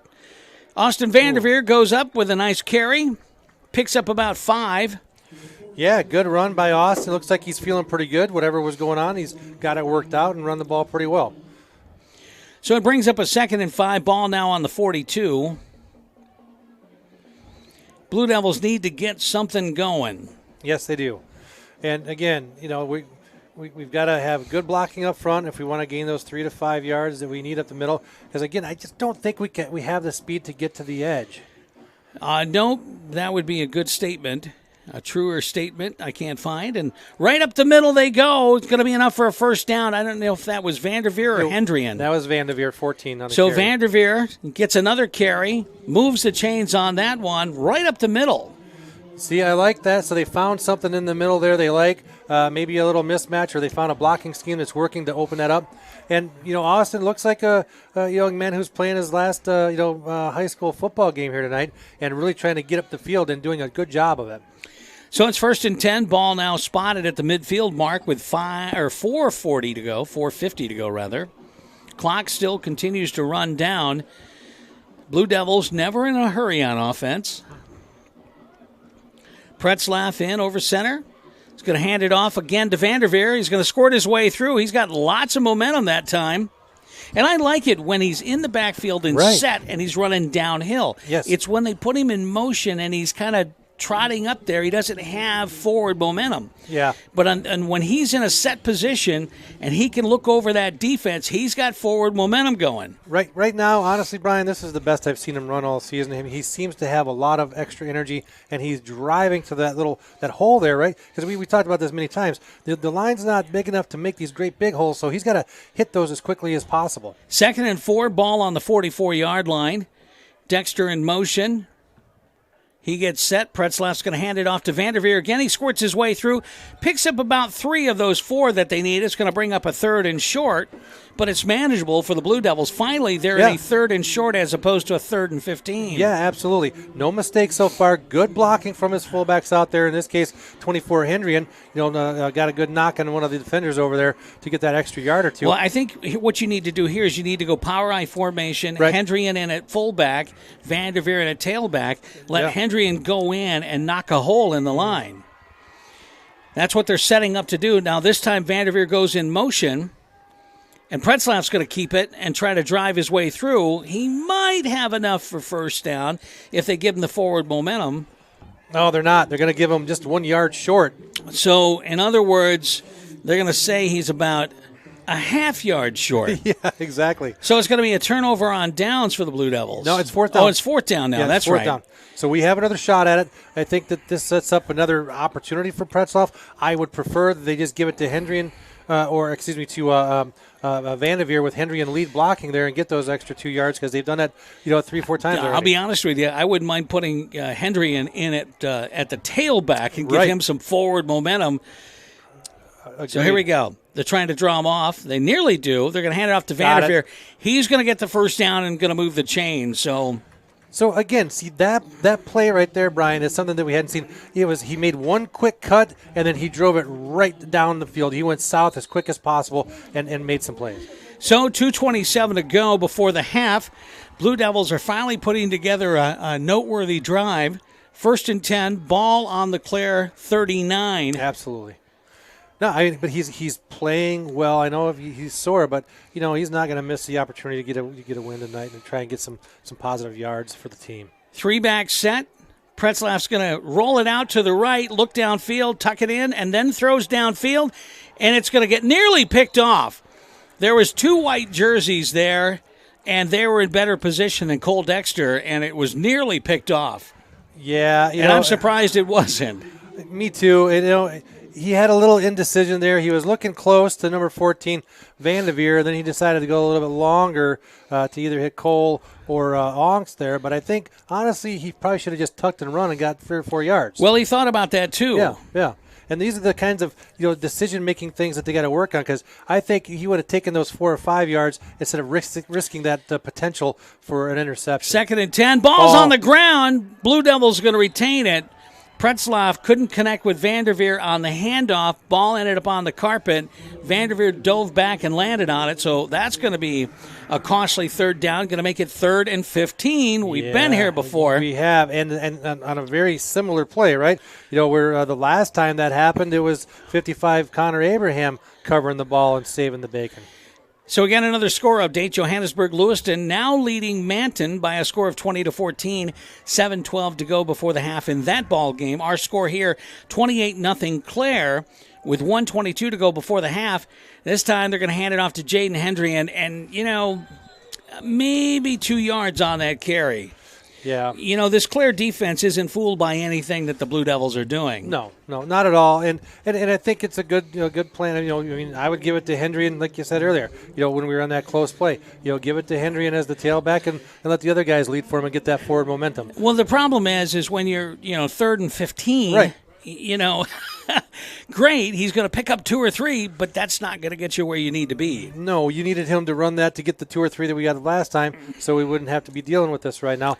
And again, I think that if Pretzlaff keeps the ball and gets downfield for 4 or 5 on that last pass play, we would have been a lot better opportunity. Unfortunately, we had that weird almost turnover thing going on. So it's going to bring up a 4th and 14, and with 1:11 to go before the half, it looks like they're probably going to go for it just because they're at the 43-yard line.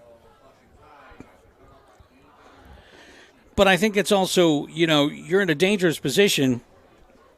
Clare has shown that they can score quickly. Yeah, and you're right about that.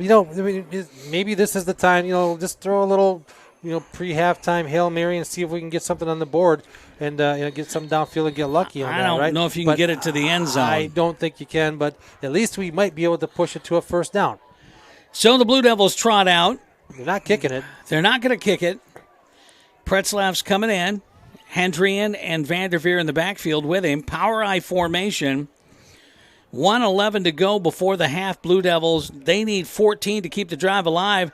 They're going to do an end around to John Ungst, and he's got a first down and more, still on his feet across the 20 before he gets wrapped up. And I think John Ungst was even surprised that he had that much space in the middle of the field. Or that much speed, man. He was on the horse and gone. Nice job, He got the end around and then cut it up the middle and found himself with wide open territory. Nice little cut back to the left there to gain a couple extra yards, make a guy miss. Got a timeout with Clare, actually. So Clare takes a timeout, 58 seconds to go before the half. Big pickup there on the end around by John Ungst. I think they found a jet sweep guy. It's about time. Put him in the slot and let him run the jet sweep. So it's 1st and 10, ball on the 20 now. Now, here's where you gotta think about this, though, too. If you aren't going to get the touchdown, you got to go for it, and you got to try a field goal. Sure, absolutely. So is that going to be Connor Byram, or is that going to be Max Musel that does that? I don't know. I think you go with they haven't Connor. been in position. No, and I'm sure Max has been practicing, but I almost feel like you go with Connor because he's been kicking the ball. He's had his boot on the ball. All right, so anyway, let's see. They may get a touchdown after all here. 1st and 10, ball on the 20, Blue Devils, 3-back set. Pretzlaff's going to roll to his right, look downfield, fires downfield, has Austin Vanderveer. He sticks his head down, has enough for a first down, brings him down inside the 10. They're going to spot the ball at about the 7-yard line. That worked out great. It played well. He ran well. I mean, he was leaning in. Where have they been? So it's 1st and goal at the 7. Clock continues to run down to 41 seconds. Brady's going to keep it himself. He's going to tuck it in. He's got blockers. He needs to cut. He doesn't cut enough. He's going to get brought down at about the 2-yard line. Well, so here we are. This is the 2 yards. You want 2 yards? You put the guys up front. You give the ball to Hendrian. You got to give it to either Hendrian or you got to give it to Vanderveer, and you got to go power I set. After that last play with Ongst, I think you put Ongst in the slot on the right side, take him in motion to the left, and let him get to the wide side of the field and run it in. That could have been a one-off. You want to press your luck. So they got Ty Benzinger in. They're going to give it to Hendrian, and he's going to work his way into the end zone. And finally, the Blue Devils find the end zone. Jaden Hendrian on a 2-yard touchdown with 28.4 seconds to go before the half. Yeah, and again, they knew they were going to give it to Hendrian. He was the up back there on the right side. They kind of looked like they were going to give it to Vanderveer, turn around and give it to Hendrian. A little slow, but he was able to drive through and get into the end zone. So now the cheerleaders get to do their touchdown chant that they'd forgotten how to do. Fortunately, they had a chance to practice it during pregame. The point after's up and good. Connor Byram hits that, and just like that, our score, Clare 28, Gaylord 7, 28 seconds to go before the half. We'll be right back. You're listening to Eagle 101.5. Hey, Northern Michigan, Chris Martinson from Smith Camp Chrysler Jeep Dodge Ram of Gaylord, here to let you know that it's Jeep Adventure Days, and we have new Jeeps and Ram trucks in stock and more arriving almost daily. Prefer to shop online? Try SmithCampGaylord.com. Our simple and user-friendly website allows you to shop from the comfort of your home, the lake. Well, you get the idea. You can browse a little or take care of the entire transaction. It's up to you. So whether you prefer to shop in person or online, Smith Camp is your Jeep and Ram headquarters. Exit 282 off I-75 or 24 hours a day at SmithCamp.com. You're listening to Blue Devil Football on Eagle 101.5. Well, I'm excited, Dave. We're on the scoreboard. Makes it 43 points on the season. Yes, it does. Blue Devils score on a 2-yard dive by Jaden Hendrian. Our score here, Clare 28, the Gaylord Blue Devils 7. Blue Devils are about to kick it off with only 28 seconds to go before the half. Connor Byram does exactly that, and it's going to roll down inside the 5. It's going to get returned by Clare. Oh, wow. And there's a wide open lane. He's across the 30 to the 35 to the 40 before he finally gets run out. Oh, and we take down Coach Wolford. Mike Wolford, welcome to the field. Yeah, he stands up, fist in the air. He's good to go. He says, not my first time. Well, he's a Boomer Sooner. Amen for that, brother. Yeah, and a Liberty guy. Yep, absolutely. Yeah, Brooke and Paige both went to Liberty over there, graduated off doing their things over there. So good for the Wolford family. But Mike feels like he's been in a ball game now. He's yeah, yes. Fortunately, he's okay there. All joking aside, we saw that Mike's bigger than most of these kids on the field. He is, but we saw some horrendous crashes on the sideline years ago that didn't end quite so well. So Recker back in at quarterback now for Clare. He sat out the last series. Looking downfield, fires it, gets hit as he lets it go, but he's got a wide open man. He connects. Ball's down at the 29-yard line. Cole Dexter hit Jacob Recker as he let that thing loose, but he connects with number 11 down there, which is Dawson John. And then number 11 from the Blue Devils finished him off there. Ty Benzinger. Ty Benzinger. But, man, they were looking for a hold on the backside because we had pressure on the backside there. Didn't get the hold, got the pass off, and then they call it timeout. Well, just like that, 29-yard line now inside Blue Devil territory with 11.8 seconds to go before the half. Clare would love to score another touchdown before the half. By the way, another score update. Manton takes a lead over Johannesburg Lewiston now with 1:37 to go before the half in that game. 22-20 in that one. And it's halftime. The St. Mary game against Inland Lakes, they trail by a score of 20-6 on that one. Snowbirds need to win to be able to make the playoffs. Well, hopefully they can get something peeled out there. It's going to be a tough game within the Lakes up there. So it's 1st and 10, ball on the 29. 11 seconds to go before the half. Clare with the ball. Recker rolls out to his right, fires downfield, overthrows his man down to 7.5 seconds to go before the half. Good pressure in the backfield by Dexter and Pretzloff. I got to think, what you might do is have the quarterback roll out to one side and then pass across the field. That's a tough pass for anybody. It's a tough pass, but it seems like Recker's got the arm to do it. Yeah, it does. He's hit some pretty good passes and throws it a long way, so yeah, he might have the ability to do that. But our defense has to stay tight with their receivers. 7 seconds to go before the half. Clare knocking on the door. Ball's fumbled and recovered by the Blue Devils. Good job there by Brady Pretzlaff. Recker went to pass it, and the ball just kind of went out of his hand. Brady Pretzlaff was there to recover the fumble. 3 seconds to go. Blue Devils now have the ball, and after the turnover, you got to think they'll probably just come and take a knee and go into half, or do you try to make something happen? I don't know.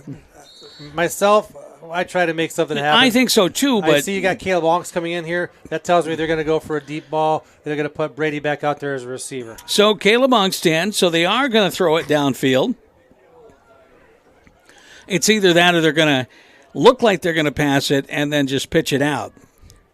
Unks is going to roll out. He's going to keep it himself, and he's going to get tackled for a loss.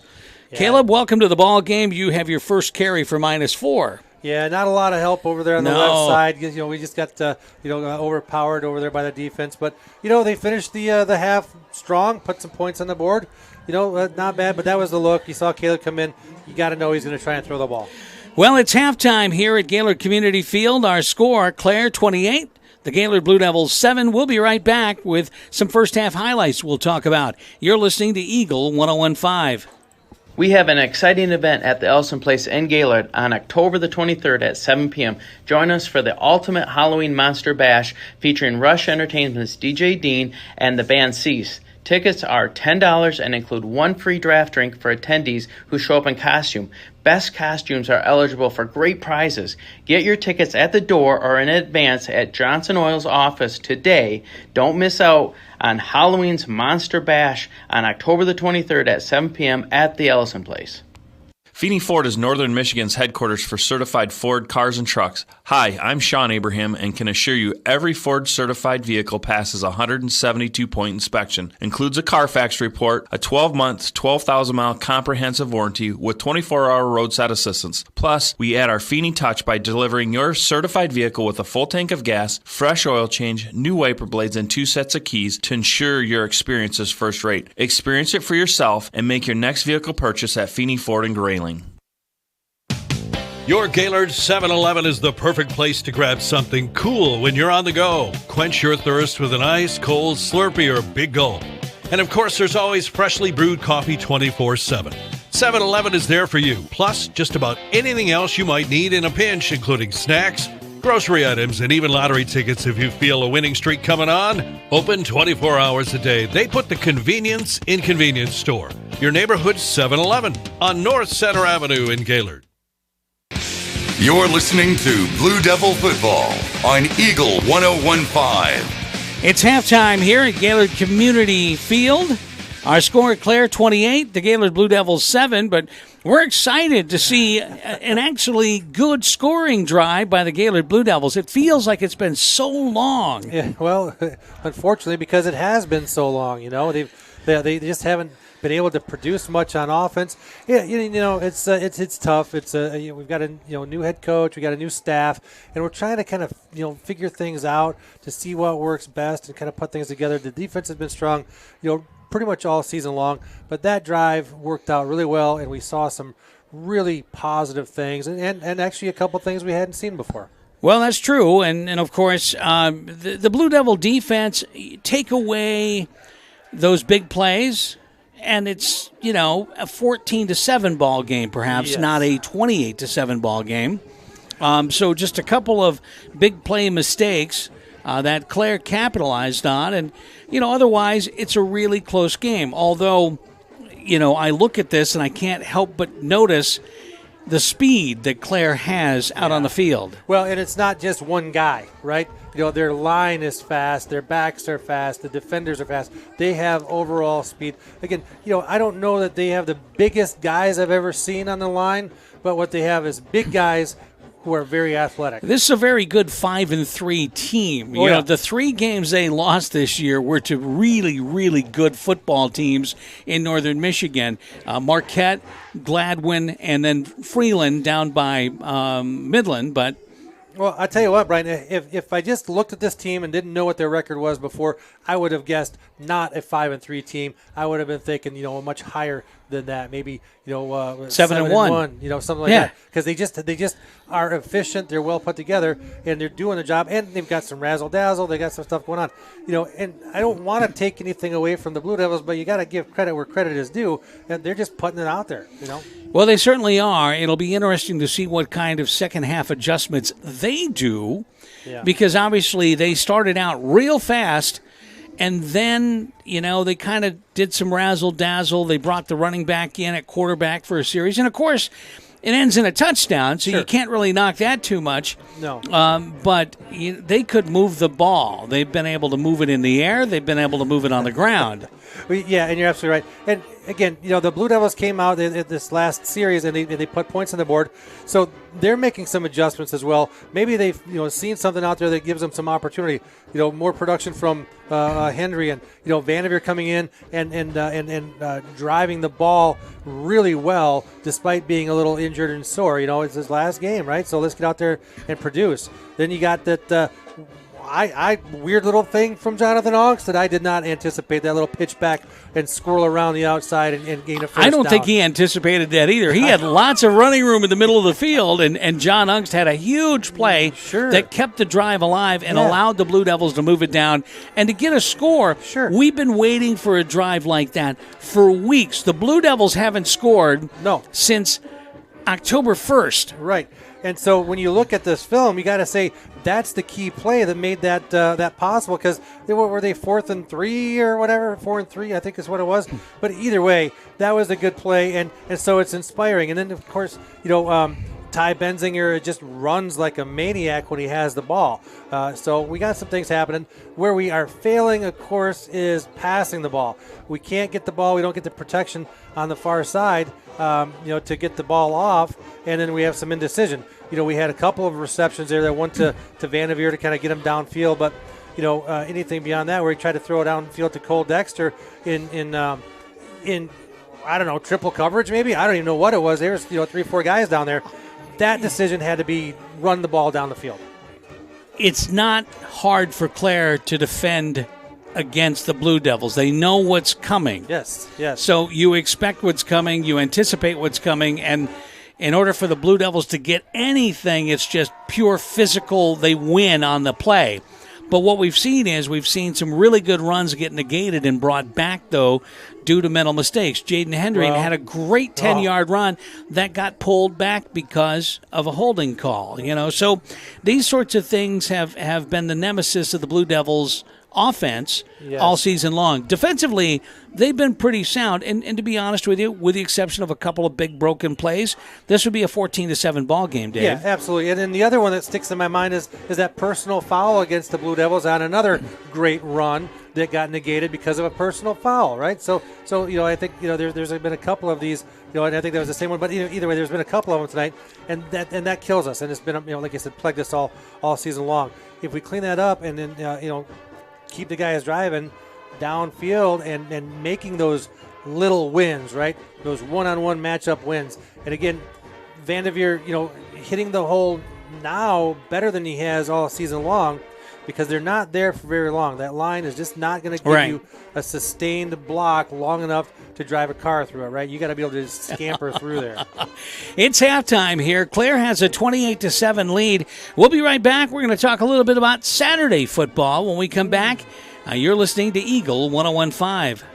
The Javetsky Agency, your local MEMIC insurance, exclusively serves teachers and school employees. Founded more than 65 years ago, MEMIC provides members with outstanding service and insurance coverage for personal, auto, home, or umbrella coverage. By choosing MEMIC, you're supporting the MEMIC Foundation, impacting thousands of schools by providing millions of dollars to support programs, events, and projects. Contact the Javetsky Agency for more information. The Javetsky Agency, your local MEMIC agent. Feeney Ford is Northern Michigan's headquarters for certified Ford cars and trucks. Hi, I'm Sean Abraham and can assure you every Ford certified vehicle passes a 172-point inspection, includes a Carfax report, a 12-month, 12,000-mile comprehensive warranty with 24-hour roadside assistance. Plus, we add our Feeney touch by delivering your certified vehicle with a full tank of gas, fresh oil change, new wiper blades, and 2 sets of keys to ensure your experience is first rate. Experience it for yourself and make your next vehicle purchase at Feeney Ford in Grayling. You're listening to Blue Devil Football on Eagle 101.5. It's halftime here at Gaylord Community Field. Our score, Clare 28, Gaylord 7. Brian Hollenbaugh along with Dave Boswood. And, of course, tomorrow, a little college football action. And I was surprised. It's like, you couldn't plan for this. There are no ranked teams facing each other tomorrow in a single college football game across America. Which is really, really surprising. And, you're right. You can't plan for it. They didn't say, you know what, I think on October 23rd, we're going to have none of the ranked teams play each other, right? Well, you know what it is? So it's conference season. Sure. So now sure. you're in the thick of the season, so you've got like Alabama playing Tennessee. And of course, you're looking at this going, I'm thinking Alabama's going to run away with that one. Tennessee's not quite there yet. No, come on. So I think Oklahoma, I don't know, who are you guys playing, like Shadron State or something? No, you're playing Kansas. Yes, we are playing Kansas, the Sooners out there. And, as long as we're on the subject, how about that freshman quarterback, Caleb Williams. Been waiting for that change. Wow. So my prediction is at the end of this season, you're going to see Spencer Ratliff enter the transfer portal. And here's my prediction. He will end up at the University of Arizona. He can't go to Arizona State because they got a young quarterback named Jaden Daniels that is amazing. Sure. So he'll end up at Arizona. He'll be a Wildcat. You watch. He'll end up down in Tucson. So, Dave, here we go. So I got a few matchups. In fact, we're going to end up talking a little bit about the MAC as we get through this. But Wisconsin and Purdue. Now, Purdue shocks Iowa last week. Yes, they did. Beat the second-ranked team in the country, and not only beat them, but beat them 27-7. So Purdue gets a nice little pass, and they get the 25th ranking now. They're facing Wisconsin. What do you think? Oh, well, I tell you what, you're coming off a heck of a win there against Iowa. I'm sorry, I can't even say it with a straight face. It blew my mind that Purdue was going to do that, and they did that, right?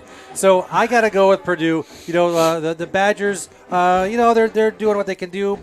They're not the team that I thought they were going to be this season. As Lee Corso would say, not so fast, Dave. I think Wisconsin beats them. I think Purdue's run in the rankings is short-lived. I think by next week they're out of it. So I'm going to go Wisconsin. You're going to go Purdue. I am. Yeah, I think they ride this high and they take this wave all the way through. So now we're at the part of the season where the MAC begins to cannibalize itself. These teams, they get kind of beat up on by the bigger schools. And now they get into the season and they start to beat up on each other. Eastern Michigan, which is 4-3 on the season, they head to Bowling Green. They'll face a 2-5 Falcon team. What are you going with there? I go with the Eastern Michigan. I think so, too. Yeah. I think they're a good program. Yeah. Conference leading Northern Illinois. They're 5-2 on the season. One of those losses came at the hands of the Wolverines. Yep. They're going to be facing the Chips of Central Michigan. But, by the way, the Chips have had a tougher schedule. They're 4-3, but they were playing teams like LSU. They are, but Northern Illinois has got a team. They play well. They looked pretty good, actually, early on against the Wolverines when they played them. And I thought they had something really kind of building there. Not so much. So now we understand why Rocky Lombardi transferred to Northern Illinois because Peyton Thorne is having a career season at MSU. Yeah, but I got to tell you, it's a tough call. I lean towards the Chips because I think they have a really good team, and I think they have the opportunity. And I think that because we're in this part of the season, they have every win. They've got to have a win there, right? As much as it pains me, I'm still going to go with Northern Illinois. I know, but it's I got to stick with the Chips on that one, and that pains me as well. And your alma mater, Western Michigan, they're 4-3 on the season. They're facing a 3-4 Toledo team, and so Western, they've played a tougher schedule, but I thought and I expected more out of them than what we're seeing. Well, I agree. I think that they've got to get some things corrected, and when you have a quarterback like they do, you should be a lot more dynamic and producing a lot more than what you are. But I'm going to stick with the Broncos on this one. I think they come away with a win. I think they get fired up and finish out the season strong. I'll go with the Broncos as well. And then, of course, we come down to the 6th-ranked Michigan Wolverines. They had a bye last week. MSU has a bye this week. Michigan needs to be careful not to be looking ahead toward MSU next week. Right. They face a Northwestern team that really hasn't put together anything yet this season. No, but I think the break has been good for the Wolverines. It gives them an opportunity to kind of, get healed up and make some decisions about, who they're going to play where and how they're going to manage that quarterback position. And I think that the Wolverines come away with a win against Northwestern. And I really want them to, because we're setting up for a big, not to look forward too far, but that's a big. You would be looking at a 7-0 Michigan and a 7-0 Michigan State, perhaps the first time in history this late in the season, both being undefeated. Yeah. I mean, there have been seasons where they faced each other undefeated, but they've been 4-0. Yeah, exactly. So now we're looking at two teams late in the season, 7-0. Now, both of them have gauntlets to run. Sure. Once they get past each other, they've got gauntlets. I mean, Penn State, Ohio State, it's not going to be it's not going to be an easy season for either one of them, but Michigan has to get past Northwestern tomorrow, and then, it's all about that Michigan State game.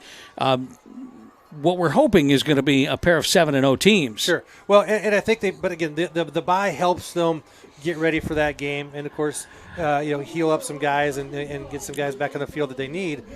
But I think that the running backs are doing really well.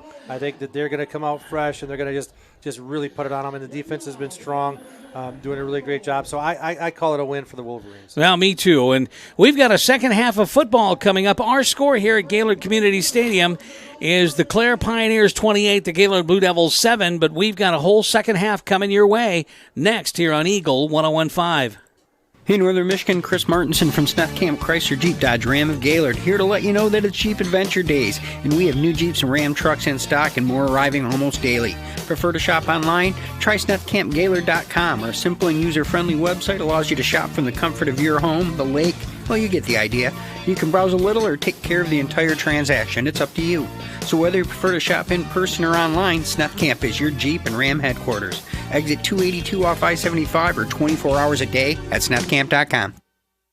You're listening to Blue Devil Football on Eagle 101.5. Well, we're just about ready to get underway with the second half of football. It's Brian Hollenbaugh along with Dave Boswood on the call. We'd like to thank some of our sponsors, to include the Javetsky Agency, ensuring your educational community's auto, home, and umbrella needs. Give Neil a call for a quote, 989-731-5060. That's the Javetsky Agency for Mimic Insurance. Also, Jets Pizza, Detroit-style pizza. It's better because it has to be. Jets Pizza on Main Street in Gaylord. So, Dave, what are the things that need to be done by this Blue Devil offense and defense to get themselves back into this game?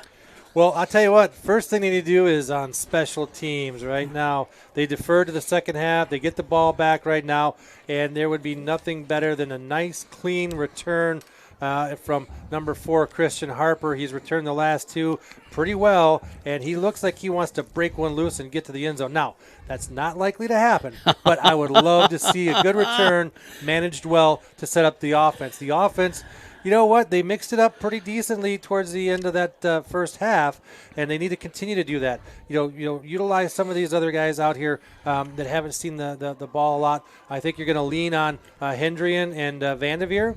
But if we could complete a couple of passes, then that would really set the run up for success. Well, I also think, though, you need to create turnovers. Especially with this Clare team, you need to create turnovers and kill their drives, because if they're allowed to drive the ball, they can chew up clock too when they want to.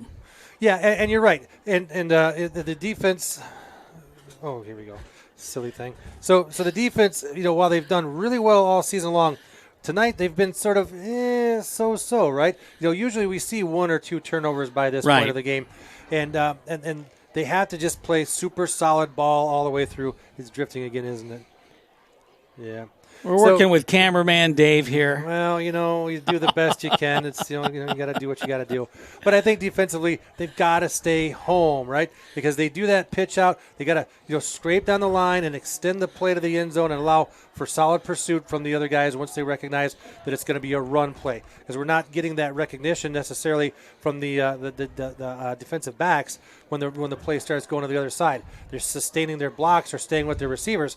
But once they recognize that, they've got to get on their horse and gallop over to where that ball is and prevent any further yards, because they are doing a good job offensively. Clare is getting the ball down the field. Well, we certainly need to see some big plays happen from this Gaylord offense. They've not been a big play offense at all all season long. In fact, perhaps maybe the biggest play this season was the one where the end around to John Ungst ended up in a big pickup, about 30 yards. Yeah.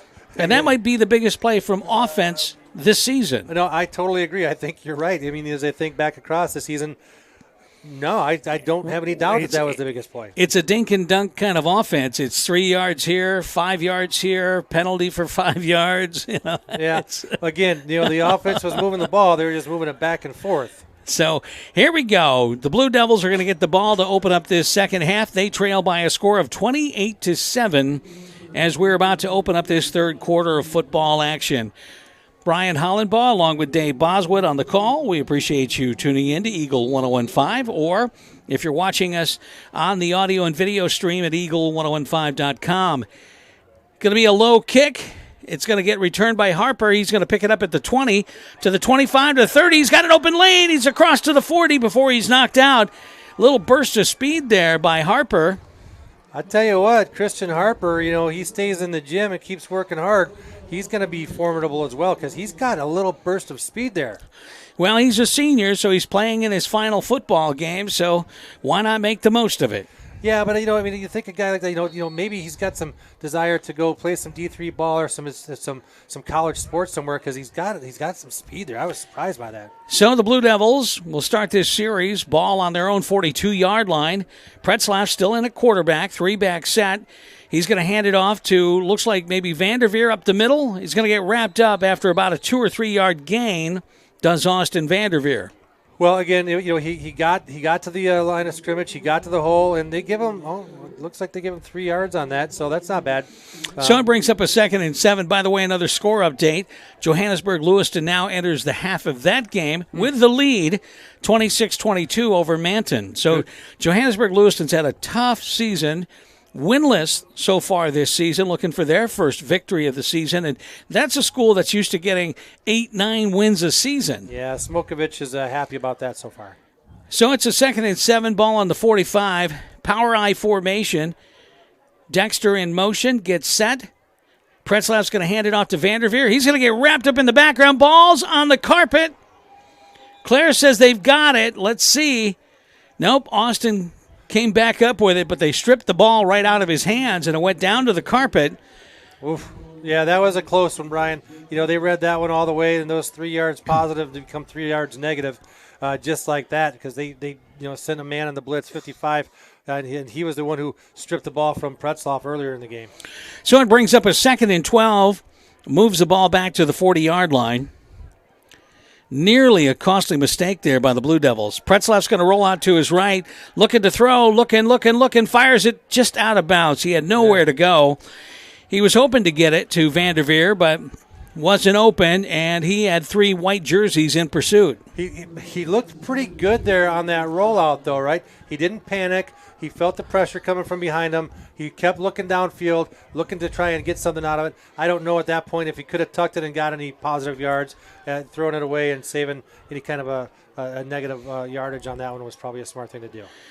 So it brings up a 4th and 12, so Connor Byram comes to punt it away for the Blue Devils. Good snap. Good end-over-end punt. It's not going to get returned too far unless Warner can make a play here. Scoots out to his left, does make a play, still on his feet, across midfield, down to the 40, down to the 35, the 30, still on his feet, across the 20, does a little sidestep, finally gets wrapped up at the 10. And just like that, Al Warner had nothing, and he made something out of nothing.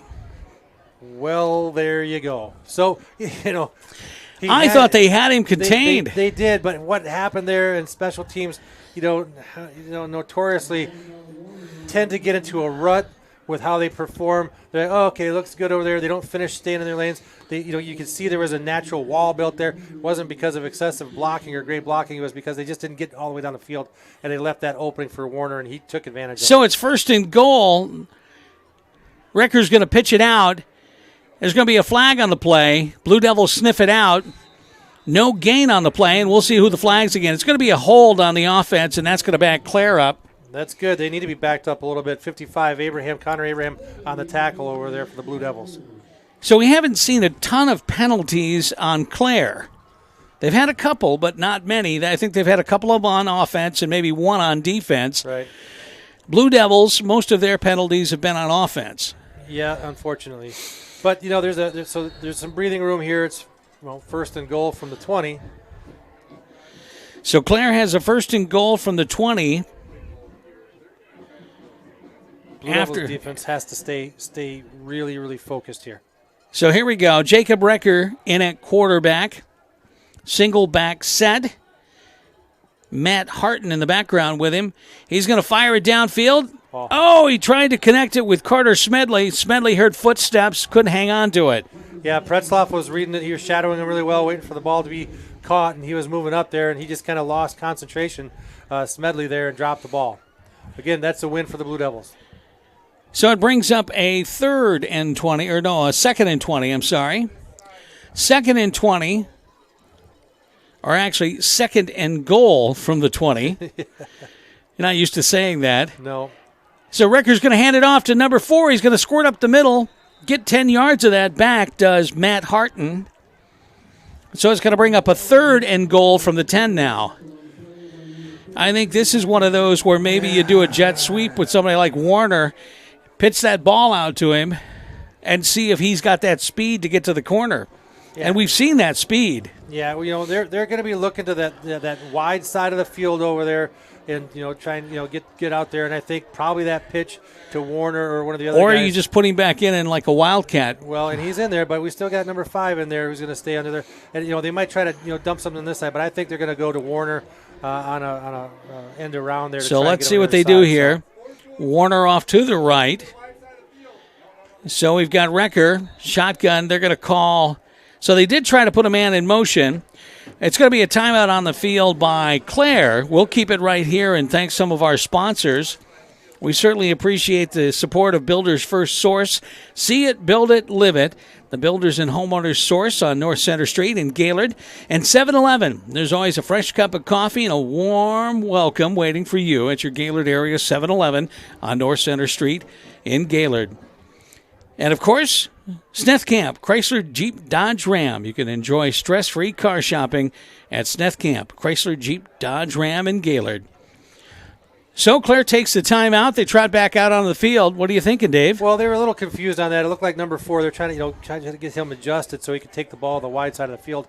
So, Coach says, hold on, let's try to get this in the end zone.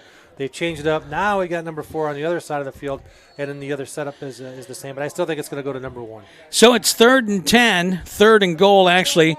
One does go in. There it is. There's the pitch. He's got the block. He's going to squirt his way into the end zone. And the officials do raise their arms, and it's a touchdown. We called it. Al Warner on the carry. The end around goes into the end zone and scores for Clare. Yeah. Again, that's they had that wide side of the field. We tend to play inside a little bit, looking for that middle run, and the defensive backs and the safety really need to sniff that out and see that coming, and then just charge forward and make that tackle. Because Warner, he's agile, he's good on his feet, and he's going to get out there. The confusion was whether number 4 was going to be on the right side or the left side of the quarterback. They figured it out, got a block, and kicks away. Kick is good. Our score here with 8:33 to go in the third quarter, Clare jumps out to a 35-7 lead over the Gaylord Blue Devils. But not a running clock. So anyway, it's one of those things, and we'll still relish in the fact that we saw a good scoring drive toward the end of the second quarter. Absolutely, we will, and I think they have the opportunity to put it together again here on this next drive. Right? They've got some weapons. You are the eternal optimist, by the way, Boswood. I know that, and I work at it. All right, there's enough negativity in the world for everybody. A little golden sunshine. Meanwhile, your wife's at home going, "Dave, it ain't happening." She rolls her eyes a lot at me. I'm not going to lie, but these guys have to play for something, right? And they want to end on a positive note, and whatever that happens to be is what we're looking for. And I think we get another opportunity for Christian Harper to do something good. Well, we'll see what he can do. This will be another opportunity because every time he's had the ball in his hands, he's had really good returns, and I hope to see another one. So Clare scores 35-7 is our score right now with 8:33 to go, third quarter of the ball game. Blue Devils are going to get it back on offense. Let's see what Harper can do on the return. He won't get a chance this time. It's going to go to the other side of the field. Looks like Gabe Thompson is going to return it. Nope, Ty Benzinger. Benzinger's going to get, well, I didn't see a flag. I thought maybe it was a horse collar bringing him down, but apparently not. See, it just depends on the crew you got, because that same exact tackle was called a horse collar against Vanderveer in one of the earlier games this season. And, he had jersey. As long as you stay out of the pads, you're not supposed to be, called for that play. But anyway, it wasn't called. 1st and 10, Blue Devils. So Ty Benzinger brings it out to the 25-yard line, and that's where Brady Pretzlaff and the Blue Devils will come out for this offensive series. 8:27 to go, third quarter. Blue Devils trail by a score of 35-7 to the Clare Pioneers. So, power I formation. Benzinger in motion. Pretzlaff's going to hand it off to Vanderveer. He's going to try to make one man miss, but he doesn't. And he's going to get brought down maybe with a yard gain. Yeah, that looks like about all he could scrape out of that run there. Again, now we know that Vanderveer is back in the game. We know that Vanderveer is probably going to get the ball, right? So there's not a lot of decision-making to be done by the defense. All they have to do is execute because they're pretty sure who's going to get the ball. Well, they just have to do their job. Right. And they just stay home. Mm-hmm. So here we go. 2nd and 9, 1-yard carry by Austin Vanderveer. Brings it out to the 26-yard line now. Again, power I formation. Ty Benzinger in motion. Going to hand it off to, this time, it is going to be, who's in there now with the carry? Well, was it Brady? No. No? It's number 40, who is not on our list. So I don't know who to credit that with, but he's got a cast on his left arm.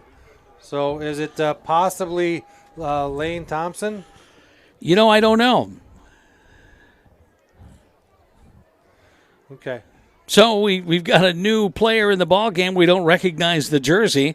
It's not been one we've seen all season long. No. Could they have brought somebody up from the JV squad? Possibly Russell Hush, who usually runs the ball for them down there, but I don't know. Okay, could be. The younger brother? Yeah.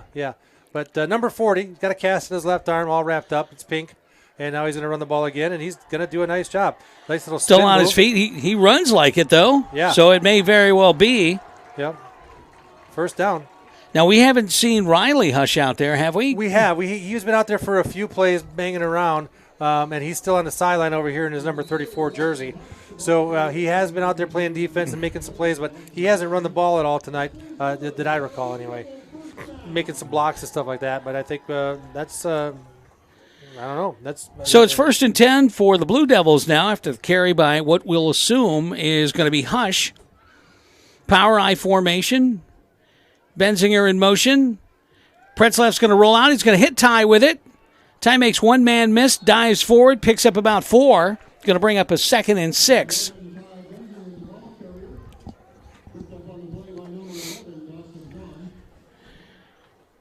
Well, they're only going to give him 3 on that. Pass play by Pretzlaff to Benzinger. 6:03 to go. Clock continues to move here. Blue Devils trail by a score of 35-7. Brady Pretzlaff been in at quarterback tonight. 3-back set. Going to draw, looks like, going to draw Clare offsides. Let's see what the officials have to say. They're going to call offsides against the defense, and so that's going to work in the favor of the Blue Devils. Going to bring up a 2nd and 2 now after that one. Okay, yeah, our guess was right. That is the twin brother of Riley Hush. That's Russell Hush. So we can't call him younger because they're the same. Well, I don't know. He could be a minute or two one way or the other. He may be the older brother as far as I know. But I know for sure he's the twin brother, and that's Russell Hush wearing number 40. Both sophomores. Yeah. This time, Pretzloff's going to keep it himself, make a man miss, dive for that first down marker. It looks like he's going to have enough for it. Yeah, it looks pretty good there. So, that actually, sets up some nice stuff for the future here. You got Pretzloff as a sophomore. You got the Hush brothers who both perform very well. So that could be a nice little 1-2 punch for the next couple of years. Well, you're going to have Caleb Ungst, who's just a sophomore, who's going to be back for a junior year. Yeah, you got Colano out there, who's a sophomore. Ty Benzinger, a sophomore. Ty Benzinger. And I think we get Braden Gotro, I think, next year. I think he's a junior. He'll be a senior next year. Yep. So we got some things stepping up, setting up nicely for next year. There he is again. Right up the middle. 14. Picks up about 7, Austin Vanderveer. Now, you're going to have the younger of the two Abraham brothers. Keaton, yep. So Keaton will be back, and he'll just be a sophomore. He's one of 3 freshmen that were moved up at the beginning of the season. So Connor Byram, Keaton Abraham, and Connor Colano moved up as freshmen to the varsity. So they're going to come back with lots of experience and still be just sophomores. And the sophomore squad, they have quite a few athletes that we haven't had an opportunity to really talk about, but they have some other kids that were playing. So things look brighter for the future. Benzinger in motion, power I formation, going to hand it off to Austin Vanderveer. He's going to make a man miss, work his way up for a first down, and that should move the chains for the Blue Devils. So a couple of little changes out there, and they've starting to play some inspired ball. So Colano's actually a sophomore now. He'll be moving into his junior year next year. Oh, I'm sorry. I thought he was a freshman. I didn't look down. So it's Connor Byram, Connor Keaton Abraham, and there was one other one that was a freshman that moved up. So maybe he moved back down because there were 3 on the squad earlier this season, but I missed that one. My apologies, Brian. Well, that's okay. Got a measurement. So they're going to measure this one, although it looked from up here like it was clearly a first down. Inches. They're going to say it's short, so it's going to bring up a 3rd in inches for the Blue Devils. I think what you do here is you just give it to Jaden Hendrian. Yeah, I would say give it to Jaden Hendrian and let him get a power drive. Don't do the quarterback keeper. I don't think Pretzloff has not had a lot of luck with that keeper. So we get another score update here. The Gaylord St. Mary Snowbirds now trail by a score of 26-14. They're in the 3rd quarter of that ball game. Quarterback keeper going to work its way up and get the first down. That'll keep the drive alive for the Blue Devils. Yeah, the Snowbirds trail by a score of 26-14 to Inland Lakes with 7:39 to go in the 3rd quarter. We've got 4:11 to go in the 3rd quarter of this ball game. Gaylord Blue Devils trail by a score of 35-7 to the Clare Pioneers. Clare fighting for a spot in the postseason play. They need a big win tonight and maybe some help across the state to get into one of those final playoff spots. Blue Devils will do everything they can to make sure that doesn't happen. So it's going to be a handoff to Austin Vanderveer. Still on his feet, works his way up. Maybe a gain of 6 on the carry. Nice little spin move there. He held the ball nicely, and he's, again, running well. And, having these additional weapons, even though it's just one guy, Russell there, he did a nice job moving that along. So they're going to give him 5 on it. Clock continues to run down to 3:27 to go. Just still in the 3rd quarter, though. 2nd and 5 for the Blue Devils. Ball on the 32-yard line in Clare territory.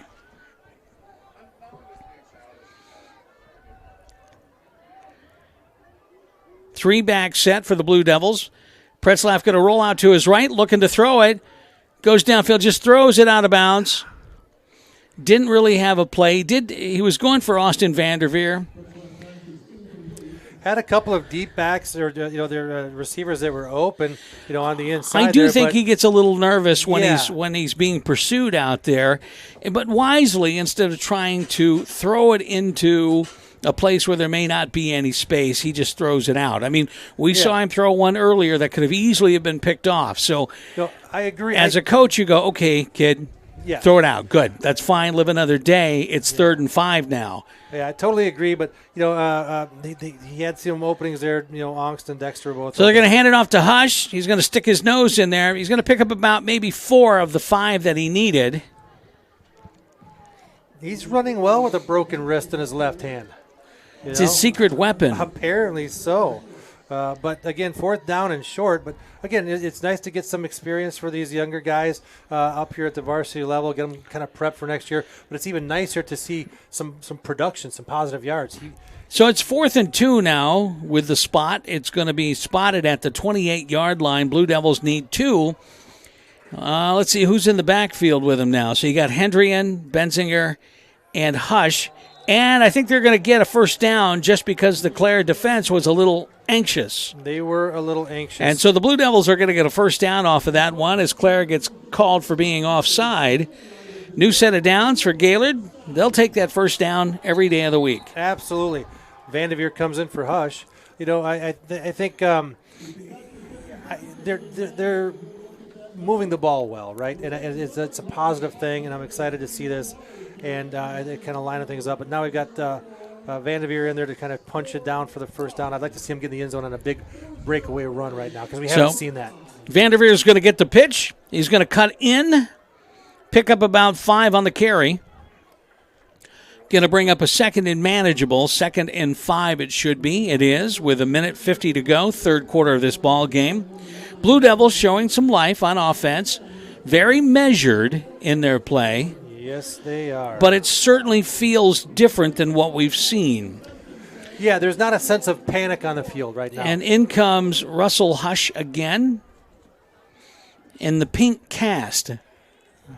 He moves well, man. He gets down there, and we've the had ball a security is pink good. out football game tonight. Obviously, October, Breast Cancer Awareness Month. Stomp out cancer. Benzinger in motion. Pretzlaff's going to hand it off. Hush has got a wide open hole. He's going to squirt his way into the end zone, and a touchdown from 18 yards out. Russell Hush. Yeah,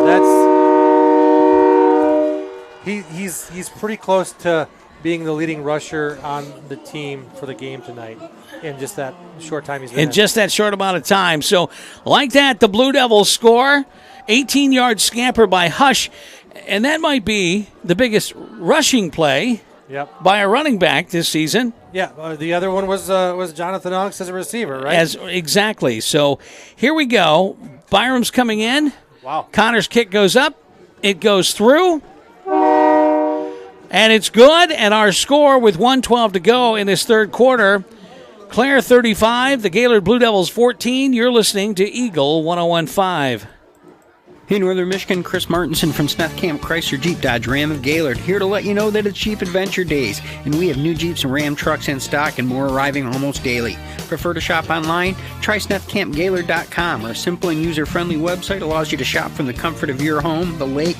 Well, you get the idea. You can browse a little or take care of the entire transaction. It's up to you. So whether you prefer to shop in person or online, Smith Camp is your Jeep and Ram headquarters. Exit 282 off I-75 or 24 hours a day at SmithCamp.com. You're listening to Blue Devil Football on Eagle 101.5.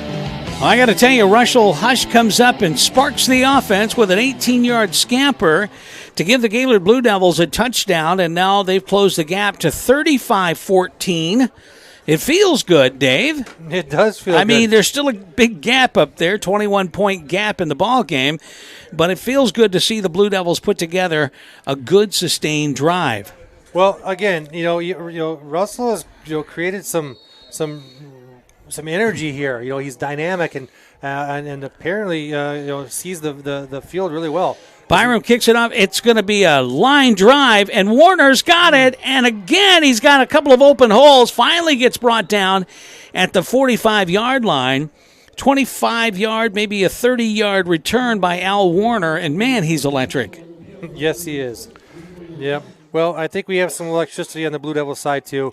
And I'm excited to see where these twins develop and how they play for us moving forward. But it's inspiring for the team. It creates some energy there. Even though we're down quite a bit, if the defense can step up here and make a play and maybe put another touchdown on the board quickly, closes the gap and it looks a lot better. So Clare comes out on offense now. Recker's going to keep it himself. And he gets caught up at the line of scrimmage. He's got nowhere to go. Going to get wrapped up by number 6, Gabe Thompson. Great play by the defense there. And again, they complement one another, and the energy that, one side of the ball feels, the other kind of picks up on. So no gain on that one. Clare moving back to the hurry-up offense again. Recker looking downfield. Connects to his receiver. Just about a 4-yard pitch and catch on that one. He connects with Matt Harton. Gabe Thompson again on the tackle. So it brings up a third, and they're going to call it 7. I call it a long 6, but I suppose it's just a moot point here. Right. But good play by the defense, and again, poised to make a stop here. We settled something down here on this third down, and we're looking like a punt opportunity after that. So here we go. Clare, quarterback rolls out to his left, fires downfield, a little too much steam, but a yellow hanky comes out. Getting a little chippy out there on the field are the linemen, both offensive and defensive. Well, we got a flag out there. We got a push back by Clare towards number 78 on the Blue Devils, which is Trent Kopinski. They're going to call it on. They're going to call it on Gaylord. Although there should be, I think, offsetting penalties there because. Well, it's always the second guy that gets caught. Right. So that's going to make it a first down for Clare and a big penalty that moves it into Blue Devil territory. Ball now spotted at about the 37-yard line. Got another score update here. Johannesburg-Lewiston now leads by a score of 34-22. Oh, we're going to move the ball a little further. Coach just got teed up. So they're going to call a penalty against Coach Simoniak. So they're going to add on a few more yards onto it. So now it goes from the 37 all the way down to the 22. Go ahead and move the camera now. So that's a 30-yard penalty if you're counting at home. Yeah. So Clare now has a 1st and 10 ball at the 22 now after the 2 penalties that were called. 1 on the field, 1 on the sideline.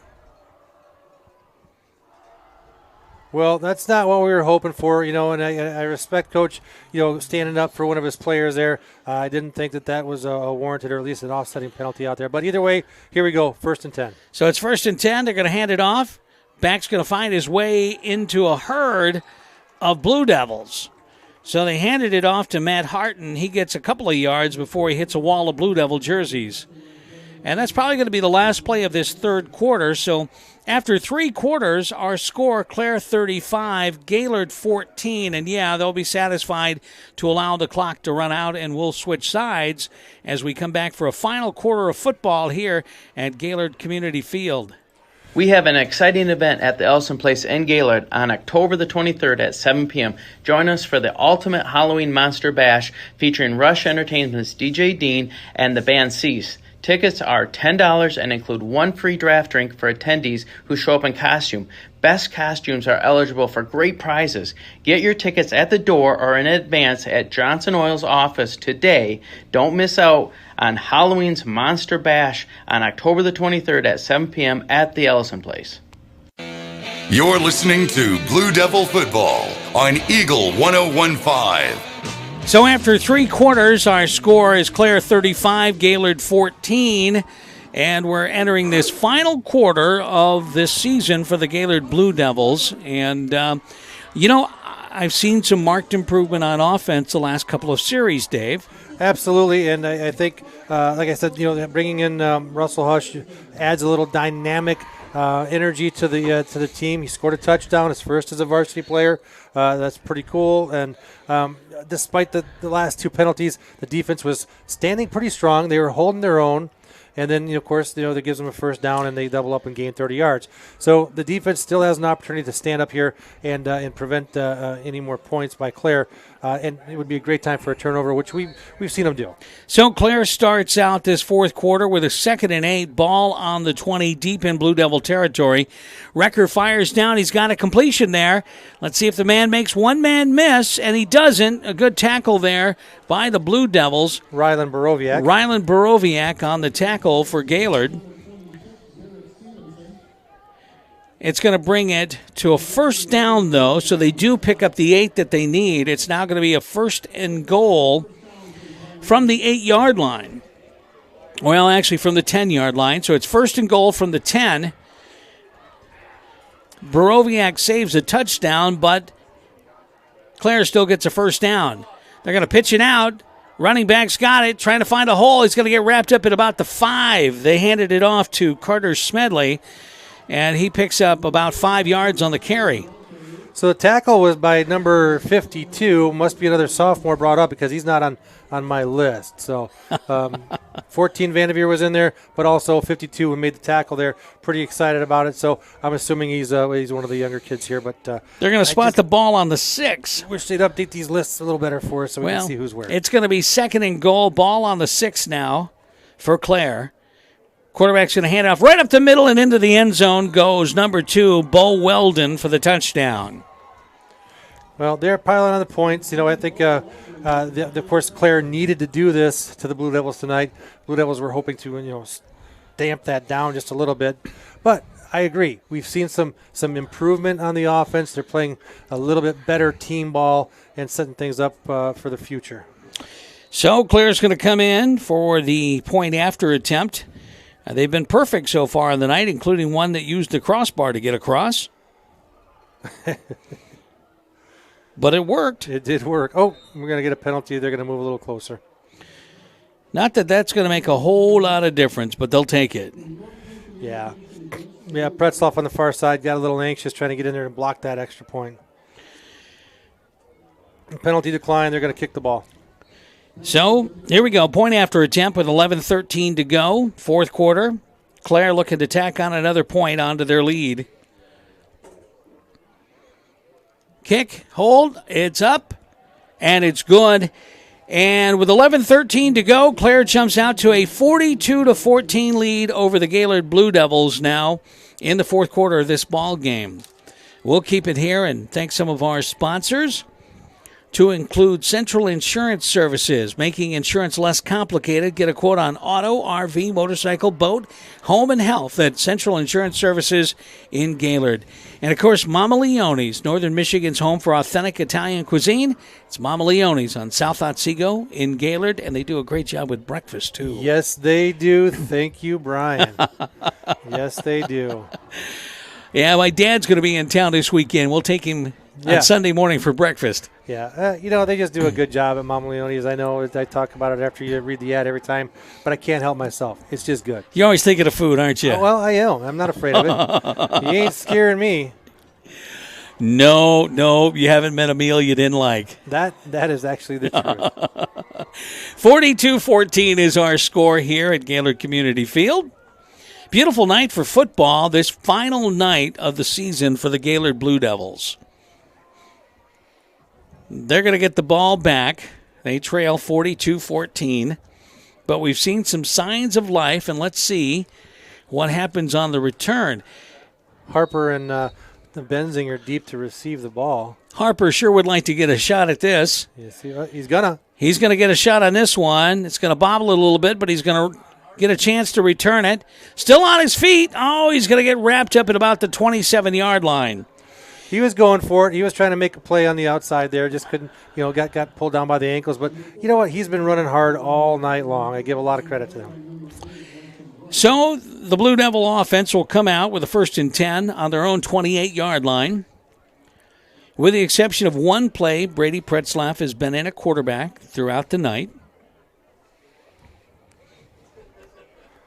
Yeah, that one pass play that unfortunately didn't get to go anywhere. This time they'll start with power I formation, Hendrian and Vanderveer.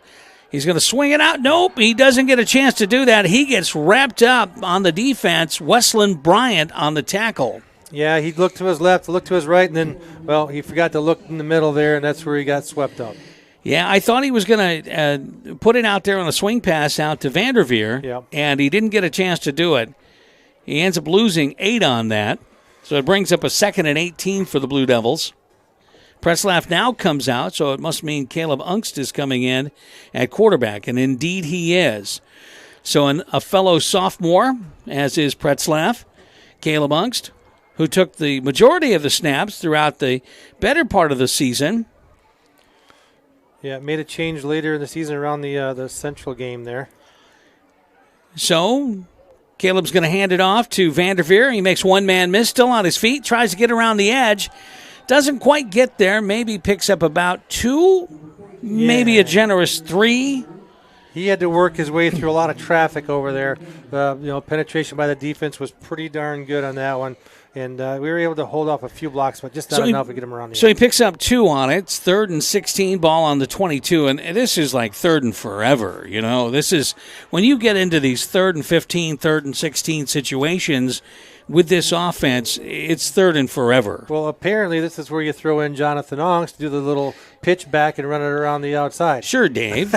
One time. Just saying. It worked. Benzinger in motion. Unks is going to pitch it out. He's going to connect with Ty. Ty's going to hurdle a man. Gets back to the original line of scrimmage. Going to bring up a 4th and 10.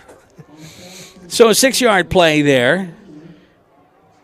Ty did one of those whoop moves as he tries to hurdle the guy. And those are really cool moves to see, but, man, I cringe when I see those because just you take a shot the wrong way and, someone's going to end up getting hurt. But he performed it well, just unfortunately not enough yards. They gave him 7 on that, so a 7-yard pass play for the Blue Devils, but it brings up a 4th and 9, and they're going to punt it away. So Connor Byram is back in to punt it. Nope, it's going to be a fake.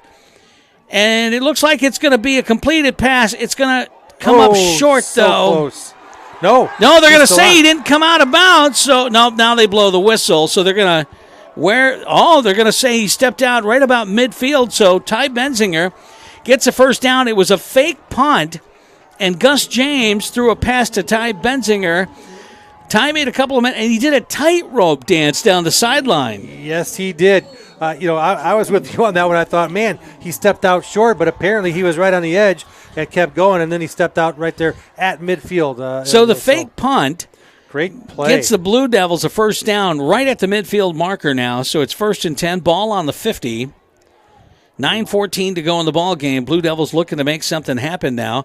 Caleb Ungst over center.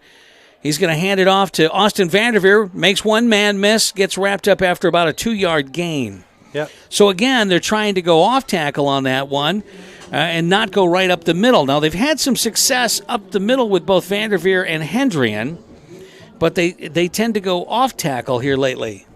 Well, I tell you, they've had some success with number 40, Russell Hush, so I'd throw him back in there and let him run the ball a little bit too. Another score update.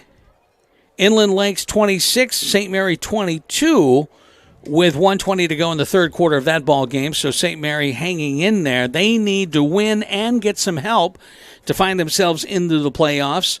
Inland Lakes should be in the playoffs regardless of the outcome of that ball game. Timeout, Blue Devils. Yeah, we'd like to see one of the Otsego County teams kind of get into the playoffs. Over the past few years, there's always been at least one, get to the playoff level. This year, it's not going to be the Blue Devils, and this year, it's not going to be the Cardinals. Well, when was the last time the Blue Devils made the playoffs? I want to say maybe 5 years ago? 2015, 2016, in that range, yes. Okay. Yeah, 2014 for sure. I think 2017 was what, a 6-win or a 7-win, 6-win season? They had a playoff game that year, and then before that was 2014. That was with Fitzik and let's see, we had Fitzik in there. Well, you know who would know all of that. In there. Mike Matthew would know all of that. Well, absolutely. Unfortunately, Mike is not able to join us this year. He had a busy schedule, and that's okay. And yes, he would, and excellent game prep. But I know that one because my son Nate was on that team. Fitzik was on that team. Colin Waters was on that team, Shane Foster, and it was a pretty solid squad there. So it's 2nd and 8 for the Blue Devils, ball on the 48-yard line. Ungst is going to keep it himself, and that's just a broken play, and he is going to get down for a loss on that one. That just didn't materialize. Yeah, it's Pretzloff who jumped back in at quarterback. So that was Brady on it. Yeah. And so he adds to his total of lost yards in the ball game. Yeah, unfortunately. And then 56, the young man getting up slow and hobbling off the other side under his own power. And he's got a Charlie Horst as the Clare player. Number 56, Jake Punches. Russell Hush comes into the backfield. Hush has given this Blue Devil offense kind of a spark. He's come in and he's run the ball hard. Lined up behind so Benzinger in motion. They're going to give it to Hush. He's going to get wrapped up this time. He's got nowhere to go. Back to the line of scrimmage. Yep. So no gain on that. And again, we're back to a 4th down and long. So 4th and 13, and, I don't think you're going to get a fake punt off this time. So I think, do they go ahead and try to do it? Offense is staying on the field. Offense is staying on the field. 4th and 13, ball on the 47-yard line. Well, if they can get some protection and throw the ball deep, and maybe they have an opportunity here. Well, we'll see what happens. I mean, that's what they have. They have to throw the ball.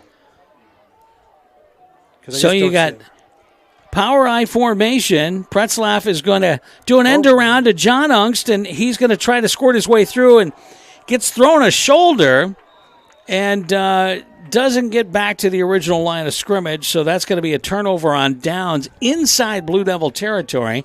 Ball's going to get spotted at the 49-yard line. I'm not so sure that was the right call. I think it was a great call. Do you? No, not really. It did work earlier. He had the opportunity. He's got some speed. He took a good shot. Spun off that shoulder and tried to get a couple more yards, but just not enough to break it loose. I still think the higher probability opportunity there was to pass the ball downfield. The best thing would have probably been to punt it. But, at this point, you don't have a whole lot to lose. So go for it, have a little fun, and try to get the bonus yards.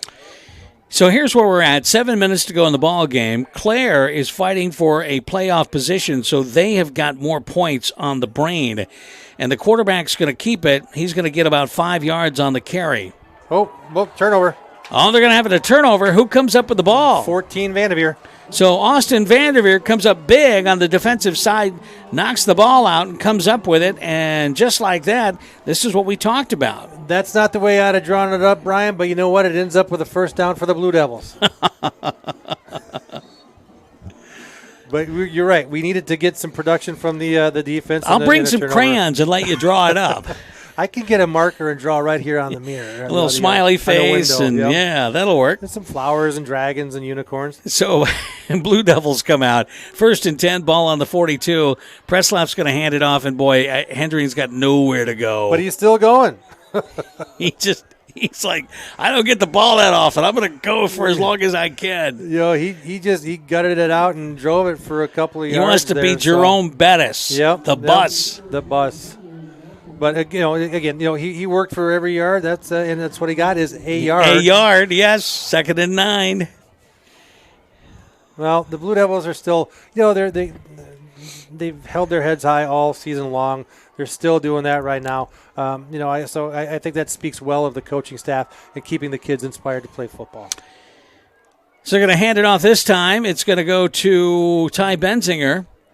Gains a couple yards there. Couple of more yards.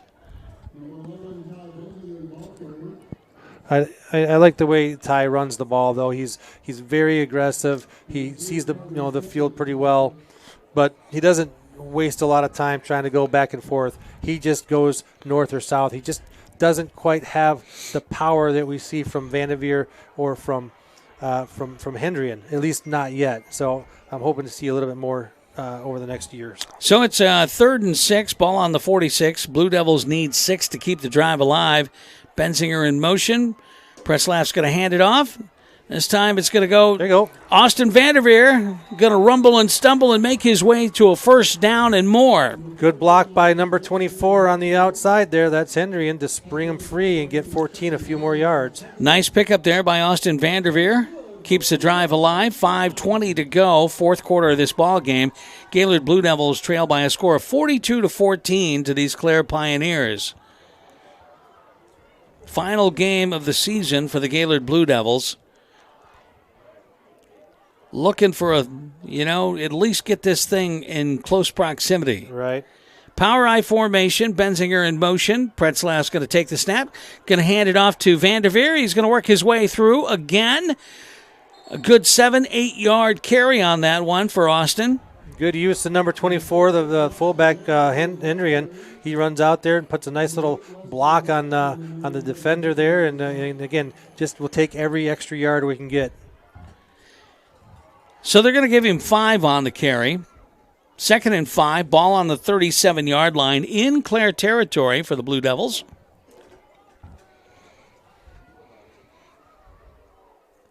So let's see what they do here. Again, power I formation. Benzinger lined up to the right, moves to the left, gets set. Going to hand it off again to Vanderveer. Works his way up, got the first down, and a few yards to boot. Yeah, that's going to be a first down, but it's close. Nope, they're going to call it a first down. Moving the chains. So it's going to bring the ball down to the 32-yard line now.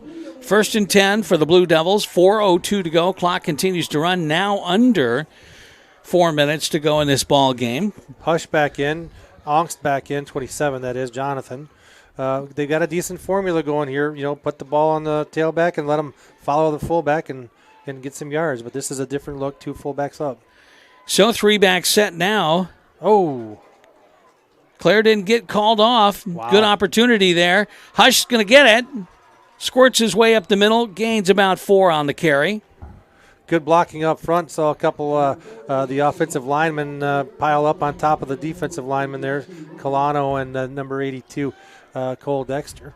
Well, I think, you get this late in the ball game. Clare knows they've probably got it won. Yeah. Gaylord now goes, hey, we're playing to score one more time. Let's do it. Let's get it in there. Let's knock it in. Absolutely. Little victories. Yeah, play for pride, end on a high note, whatever that high note might be. So here we go. 2nd and 6 for the Blue Devils. Ball on the 28-yard line. Benzinger in motion. Pretzlaff's going to hand it off to Hush. He's going to work his way through. Still on his feet. He's going to race his way to the corner of the end zone and score the second touchdown of the ball game for Russell Hush. Second touchdown of his varsity career. Second touchdown of his varsity career. Absolutely. So with 2:46 to go, Russell Hush has his second touchdown of the ball game. That's going to be a problem for you moving forward. Yeah. But that's a great play. And I can't even say like our Hush because his brother's an R. Exactly. So I got to get the whole Russell and Riley thing down. And you can't just go with Hush because it could be either one. Could be. They might both be in the same backfield next year. Oh, deflected off the helmet. So Connor Byram's point after attempt is blocked. So our score stays Clare 42, Gaylord 20 with 2:46 to go in the ball game. You're listening to Eagle 101.5. Feeney Ford is Northern Michigan's headquarters for certified Ford cars and trucks. Hi, I'm Sean Abraham and can assure you every Ford certified vehicle passes a 172-point inspection, includes a Carfax report, a 12-month, 12,000-mile comprehensive warranty with 24-hour roadside assistance. Plus, we add our Feeney touch by delivering your certified vehicle with a full tank of gas, fresh oil change, new wiper blades, and 2 sets of keys to ensure your experience is first rate. Experience it for yourself and make your next vehicle purchase at Feeney Ford in Grayling. You're listening to Blue Devil Football on Eagle 101.5. So Russell Hush has 2 scores in this ball game for the Gaylord Blue Devils. They still trail by a score 42-20, but a spark of life on offense. Well, I'd take 20 points in any ball game this season. Absolutely. This, I think, is the most points they've put on the scoreboard this season, if I'm not mistaken. I think before it was like 18 or some weird thing like that. Yeah, I think it was 18 points in Saginaw. So this is the most the Blue Devils have scored all season long. So Connor Byram going to kick it off now with 2:46 to go. They're going to do an onside kick. Oh, the big man for Clare falls on it, Miles Haggard. Yep. They call him 6'2", 220. He looks a little bigger than that. He does look a little bigger than that, and we're a ways away. Well, I'm looking at some of these things. Clare's got some guys that are tilting the scales just below 300. And they, if I'm being honest, they don't look like they're 300-pound guys, but they are big guys who are very athletic, and that would be part of the reason they're as successful as they are. Very much so. 2:44 to go in this ball game. Clare has the ball now at midfield, and you got to think they're looking to add some points. Sure they are. So this time they're going to have Wagner in at quarterback. He's going to hand it off to Warner in at quarterback, Al Warner in at quarterback. So they're going with that with the running back in at quarterback. Good contact up front by Keaton Abraham to start that tackle there, but just couldn't quite finish up. We're subbing in a bunch of numbers I haven't seen, 6, 7, 40 we have seen. These are some other sophomores, so we don't have some of these guys on here. So we got, I don't know who. We got Thompson. I don't know who number 7 is, but, So 2nd and 5 for Clare. Warner's going to keep it, go right up the middle, has a first down, breaks another tackle, still on his feet, gets down to about the 34 before he's finally wrapped up by Austin Vanderveer. Number 52, he's coming in. We don't have him on the roster either. So we're mixing it up a little bit here. Number 88, who on the roster is previously was Byram, but we don't have him on the roster either. So again, some of these JV kids who are up here on varsity tonight are getting their first varsity experience. Under 2 minutes to go. We're down to 1:45 to go in the ball game. 1st and 10 for Clare. They're at the 34-yard line. Man in motion. Warner going to take it, going to tuck it in, keep it himself. Now he pitches it out at the last minute. Running back still on his feet. Gets the first down and more, does Bo Weldon. Tripped up and then tackled on the far side by, again, 88 and 52. I don't know if I had to guess. One of those looks like a Will Smith to me. But, again, some younger guys, getting some varsity experience tonight, and that's a good thing. And if nothing else, what we can say is, things look fairly promising for the future. The Hush brothers are definitely going to be featured back. Well, and you're going to have some of these kids are going to grow too. They're going to grow in size. So 1st and 10, ball in the 23 for Clare, looking to add more points. Under a minute to go in the ball game. Now they're just going to kneel it. So they're going to be satisfied with the win, and they're satisfied with the score. So our final score is going to end up being 42-20. And, Dave, I got to think that our player of the game is going to go to a guy that just got brought up from JV, Russell Hush. It's hard not to, right? My tendency is to say, we've got some seniors on the team. Maybe we haven't, been able to give that to them. But I don't think I can disagree with you on this one. He sparked the offense. Yeah, absolutely. He gave the offense kind of a sense of, hey, we can do something here. And by the way, the scoreboard shows 20 points for the Gaylord Blue Devils, the most they've scored all this season. And this is against a really good Clare team. Right. My initial thought earlier was to give it to Jonathan Ongks because he had that key play to set up the touchdown. But, no, I totally agree. Russell Hush, sophomore, coming up for his first time, puts 2 touchdowns on the scoreboard tonight for the Blue Devils. That's got to be our player of the game. Well, and it is. And our final score and our final game of this season, the Gaylord Blue Devils 20, Clare 42. And, well, Dave, it's been a great season of calling football with you. I look forward to calling basketball with you. Yes. We'll have boys and girls basketball coming up this winter, and you can tune in for that. But thanks so much for tuning in tonight. Again, our score, Clare 42, Gaylord 20. Thanks so much for tuning in this season, and have a great night.